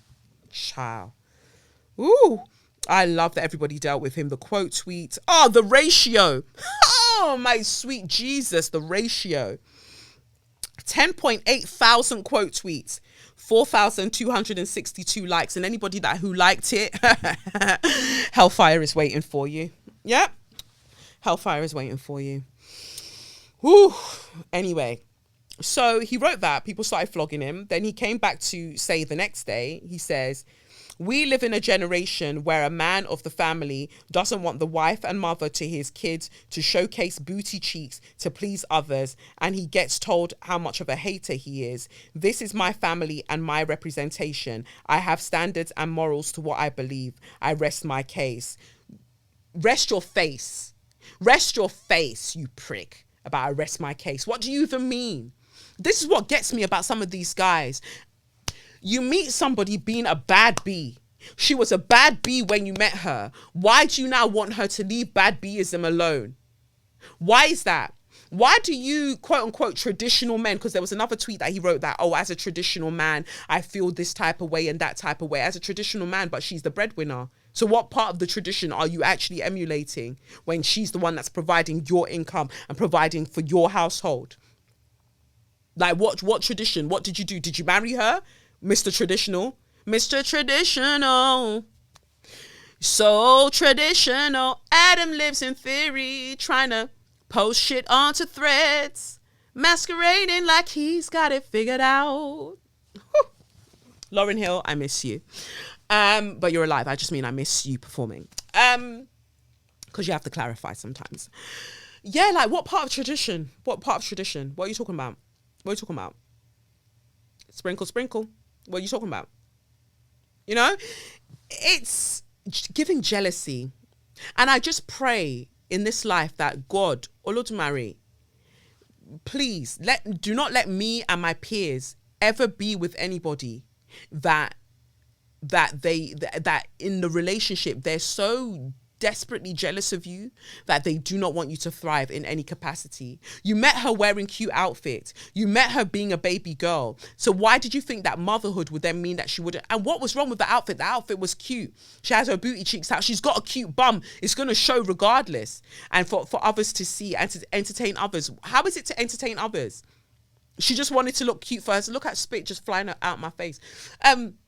She wanted to look cute for herself. It's just so weird. But on top of that, and I'm not victim blaming here, but let us be mindful of the kind of guys that we are choosing, please God.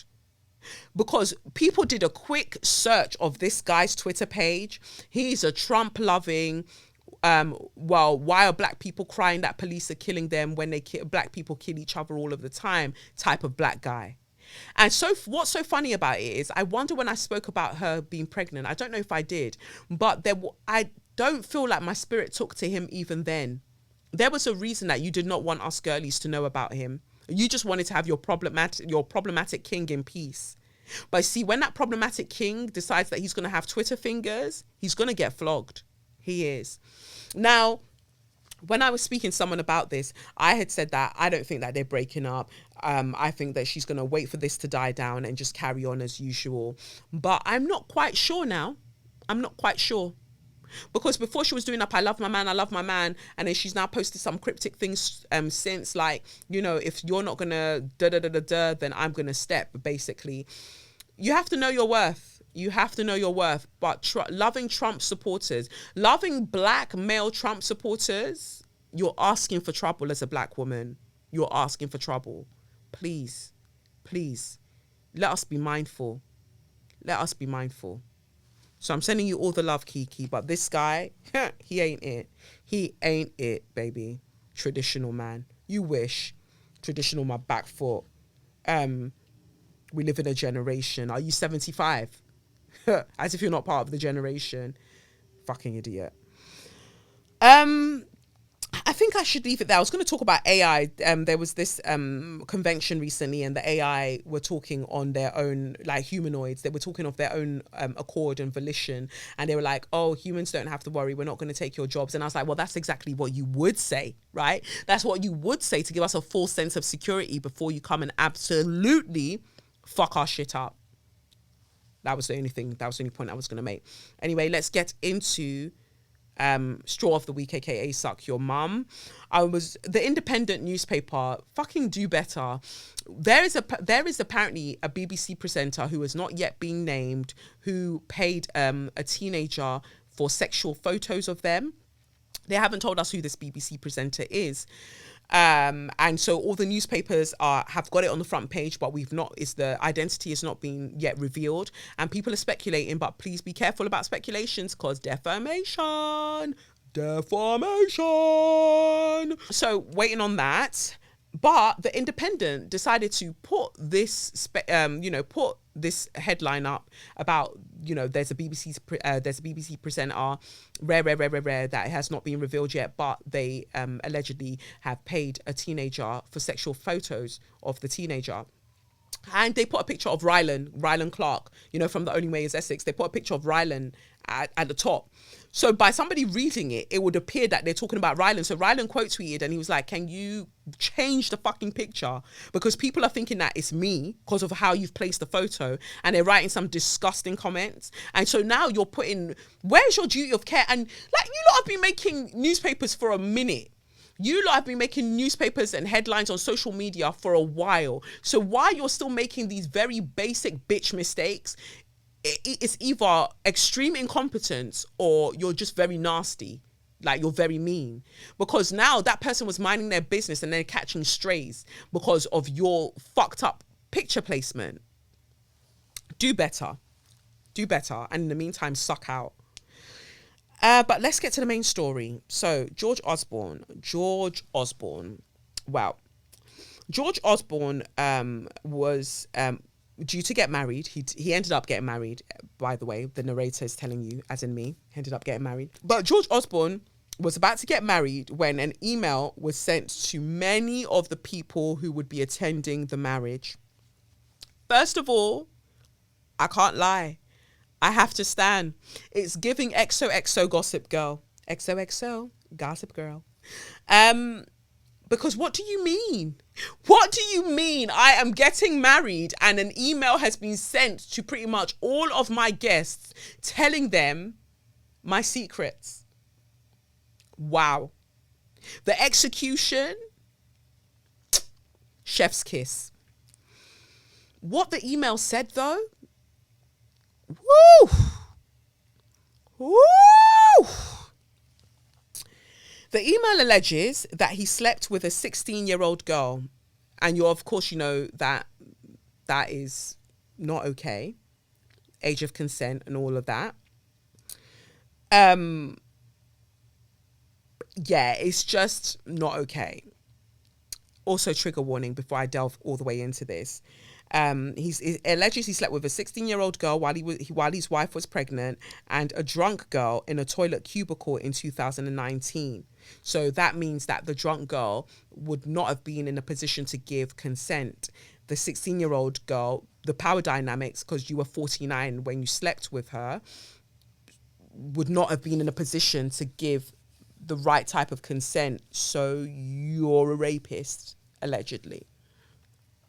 So the email is very long that was sent around, but we'll stick to this bit. But George Osborne, in case you don't know, was the former Chancellor of the Exchequer. So he was the one that basically introduced the fucked up austerity measures that meant that over 300,000 people died as a result of like not having any money. Because of these apparent austerity measures, people didn't have support with their mental health. Disabled people didn't have the support that they needed. Like, so many different marginalized groups were affected because of these austerity measures. Meanwhile, Boris Johnson, all of these Tory MPs had been giving themselves money and giving themselves raises, even though apparently we've got these austerity measures and we all have to like tighten up our, whatever straps that were meant to tighten. But they were fine, but we were the ones suffering. And also the contracts in terms of fossil fuels that he encouraged and let through. There is a lot. He's an evil man. Evil man. So on every level, the rape, allegedly, the austerity measures, definitely, he's a vile human being. Anyway, let's carry on. So, interesting, that little comment about that little rift between Luke and yourself. Why did that happen, George? Because Luke's been telling everyone what happened that night in 2019 with you and that girl in a toilet cubicle, that girl who couldn't even stand up. Remember her? Of course, it's not just that girl, is it? How about that little girl in Bruton you came across that night? Remember that? Did you know she'd only just turned 16? How old were you then, George? 49? Thea was pregnant at the time, wasn't she? November 2020, wasn't it? That girl made some very interesting posts about it. If that girl is around, please contact me. Same age as your daughter, Liberty, just about. The one who worked at the chapel. Was it just a coincidence that your baby ended up with the same name? Wow. I don't even know his baby's name, but I guess it's the name of the 16-year-old girl. Those are massive allegations. See, now for me, if I'd read that sort of email, I'm not getting married the next day. Unless I too am a demon, I'm not getting married the next day. And that's been sent to all of our guests. All of our guests. You are me, wear white. Nobody's seeing me. I am so sorry. Nobody is seeing me on that wedding day. Nobody is seeing me. Let's call the whole thing off. Call the whole thing off. We're not, what? But she still went ahead with it. The Jankro, let me not even hit my laptop. The Jankro still went ahead and married her demon. She went and married her demon, but why not? And that's, I also want to explore this government political aid to wife pipeline that I'm seeing very, very clearly. Matt Hancock, your aide, you were paying her for doing fuck all except for gargling your cum. She then becomes, oh, did he marry her? I don't even know. They're together. Then Boris Johnson, Carrie, same thing. Then now, what is it? George Osborne. So do you not just shag in Parliament? Is that all you do? You hire these pretty women. Well, I use pretty loosely, but you hire these women to work for you, quote unquote, and then you're just shagging and then going to meetings and shagging and drinking and shagging and eating cheese and shagging. And then eventually when your main wives find out, you get a divorce and then you marry the side chicks that were your aides. Like, and then you get a new aide and then the cycle starts again. Like, we are being governed by unserious people who lack the discipline to control their libido. Like, apart from even the libido aspect of it, you're a nonce, allegedly. So what is even going on? But then if people are okay with seeing Andrew at Coronation knowing that he's a nonce, then why won't they tolerate all the rest of the nonces, the noncery, the noncerati? Huh? Why wouldn't they? To me, it stinks, is all I'm saying. It absolutely stinks. For a moment, I thought I wasn't recording there. I was about to fucking lose it. I was about to fucking lose my rag. I want to go home anyway. I want to go and see my son. But that's not where it ended. Anyway, the wedding went ahead. Has he deleted his tweet? Let me see. No, the tweet, I guess, is still up. Very sad state of affairs. Anyway, the wedding went ahead. And when the newlyweds were coming out of the church, older white lady ran up to them and then she threw orange confetti at them. First of all, let me say that your security, George Osborne, fire them. They are shit. They are absolutely shit. That woman managed to she even managed to touch you, like, before the security sort of kind of moved her away, What if she had something else? I mean, no skin off my nose, but I'm just saying, right? Like, your security, they didn't have you. Maybe they feel the same. Maybe they kind of were like, well, you know, whatever happens. It's above me now, you know, because it is what it is. And so she threw orange confetti. I want you to understand that that's all this woman did. She just threw the orange confetti and that was that. And they moved her away.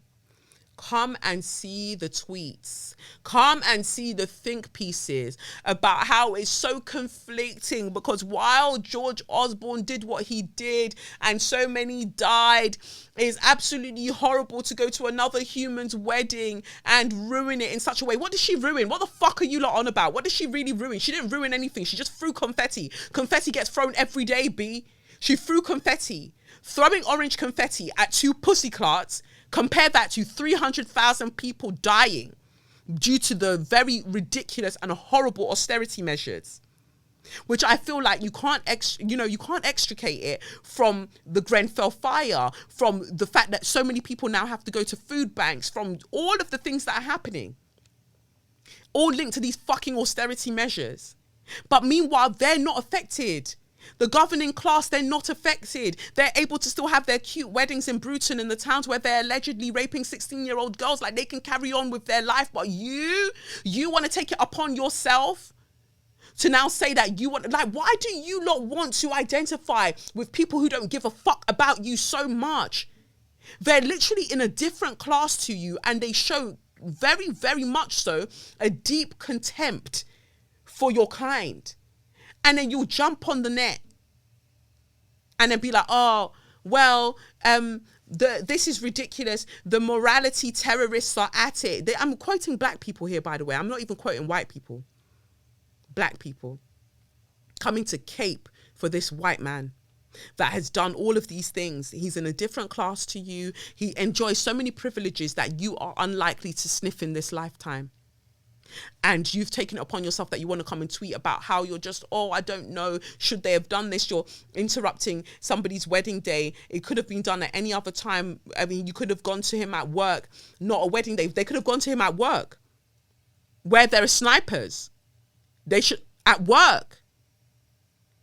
And that's what I want to know. When you lot talk about resistance, when you lot talk about protest, forget the black conservatives, because they lack critical thinking skills and they're not trying to do anything. They hate protests anyway.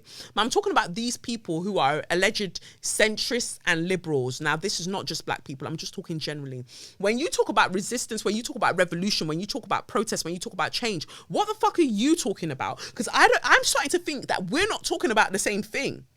Because let me tell you, if I catch you knowing what you've done to this country and to the people of this country, the working class people of this country, the disabled people of this country, the queer people of this country, like the trans people of this country, like like all of them, the global majority of this country who are affected and marginalized because of your fuckery, do you not think it's going to be on site? Do you not think that a small singlet will be torn, whether verbally or otherwise? You don't think so? You lot are the same ones that are like, just stop oil. As protesters need to stop, disrupting everyday people. Take it directly to the politicians. And now it's been taken directly to the politicians. You're like, not like that. Just shut the fuck up and put your kettle on, because that's clearly all you're good for. Like, you cannot be counted on. Go and just put your kettle on and shut the fuck up. Because I'm tired. I'm tired, like everywhere. You can't win for losing. That's what I was saying earlier. Like, I just want to pack it all in. Like, I'm like respectfully see through the sponsorships that I've got to get through for what's left of this year for the podcast. And if I'm feeling extremely spicy, cancel it altogether. But see it through and just pack it in, because I'm like, what good could it possibly be doing? Because I'm probably just talking into the ether. I don't care about the listenership anymore, the views, or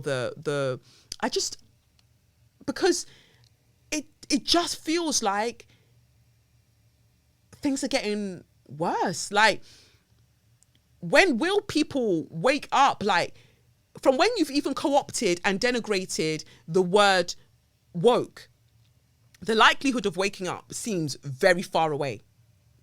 And then like I said, you've got threads and people being like, oh yeah, I'm so glad this is not a political space. And then you've got protesters who are like this is affecting us. Climate change is affecting us. And it's going to, like, think about Ella, little baby girl Ella, dying at 9 years old from an asthma attack based on the amount of pollution that was going up and down her street where she lived in Lewisham.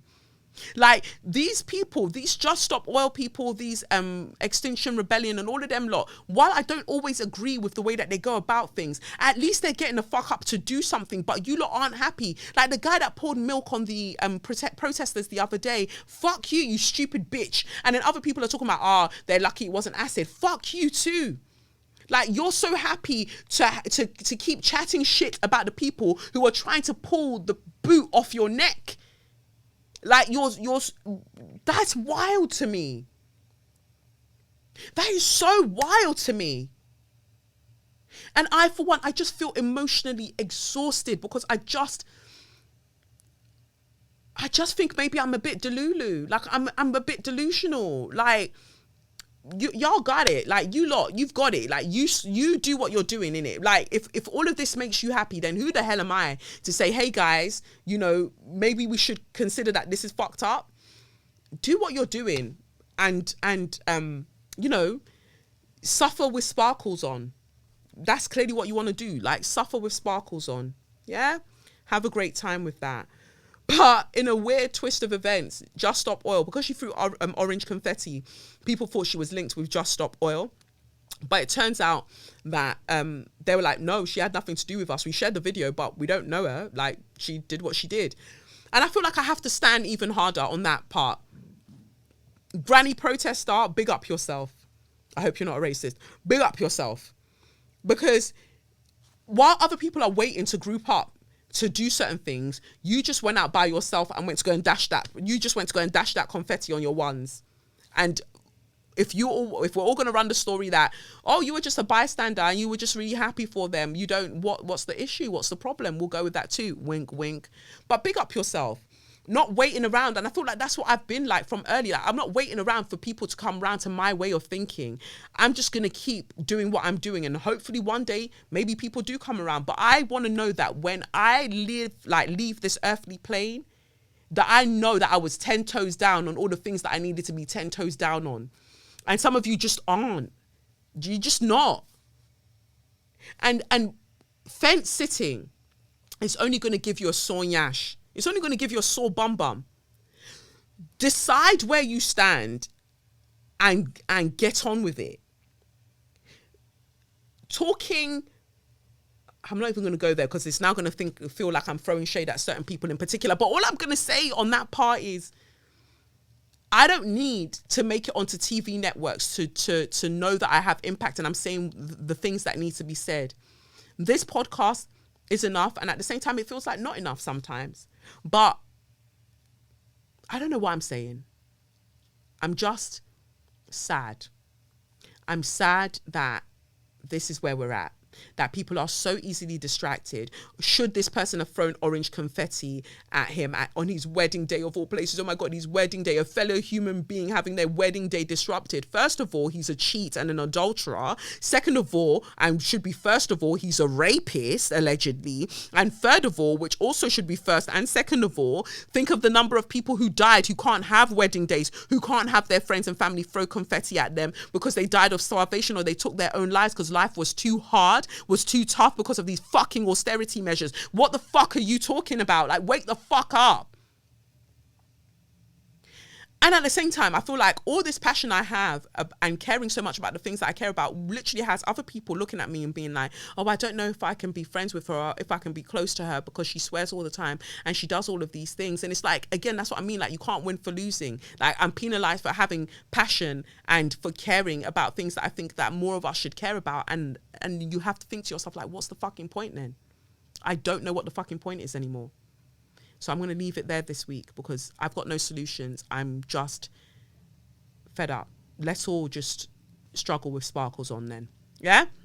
But that's that. I have been Kelechi Okafor, and this has been SYM, officially known as Say Your Mind, unofficially known as What? That's right. George Osborne, suck your mum. And yeah, that's it. I hope you all take care of yourselves, and I'll catch you on the flip side. Peace. It's the Benz Brunani womanist, baby boys, baby girls, you need to hear this. If you sit down, receive this realness. Make sure your cup's ready for the tea, we are go sip it, yo. Hard time scrolling for your long shorts. You might learn something you never know. Collect you fine, and she's one of a kind. Don't say your mind, say your mind.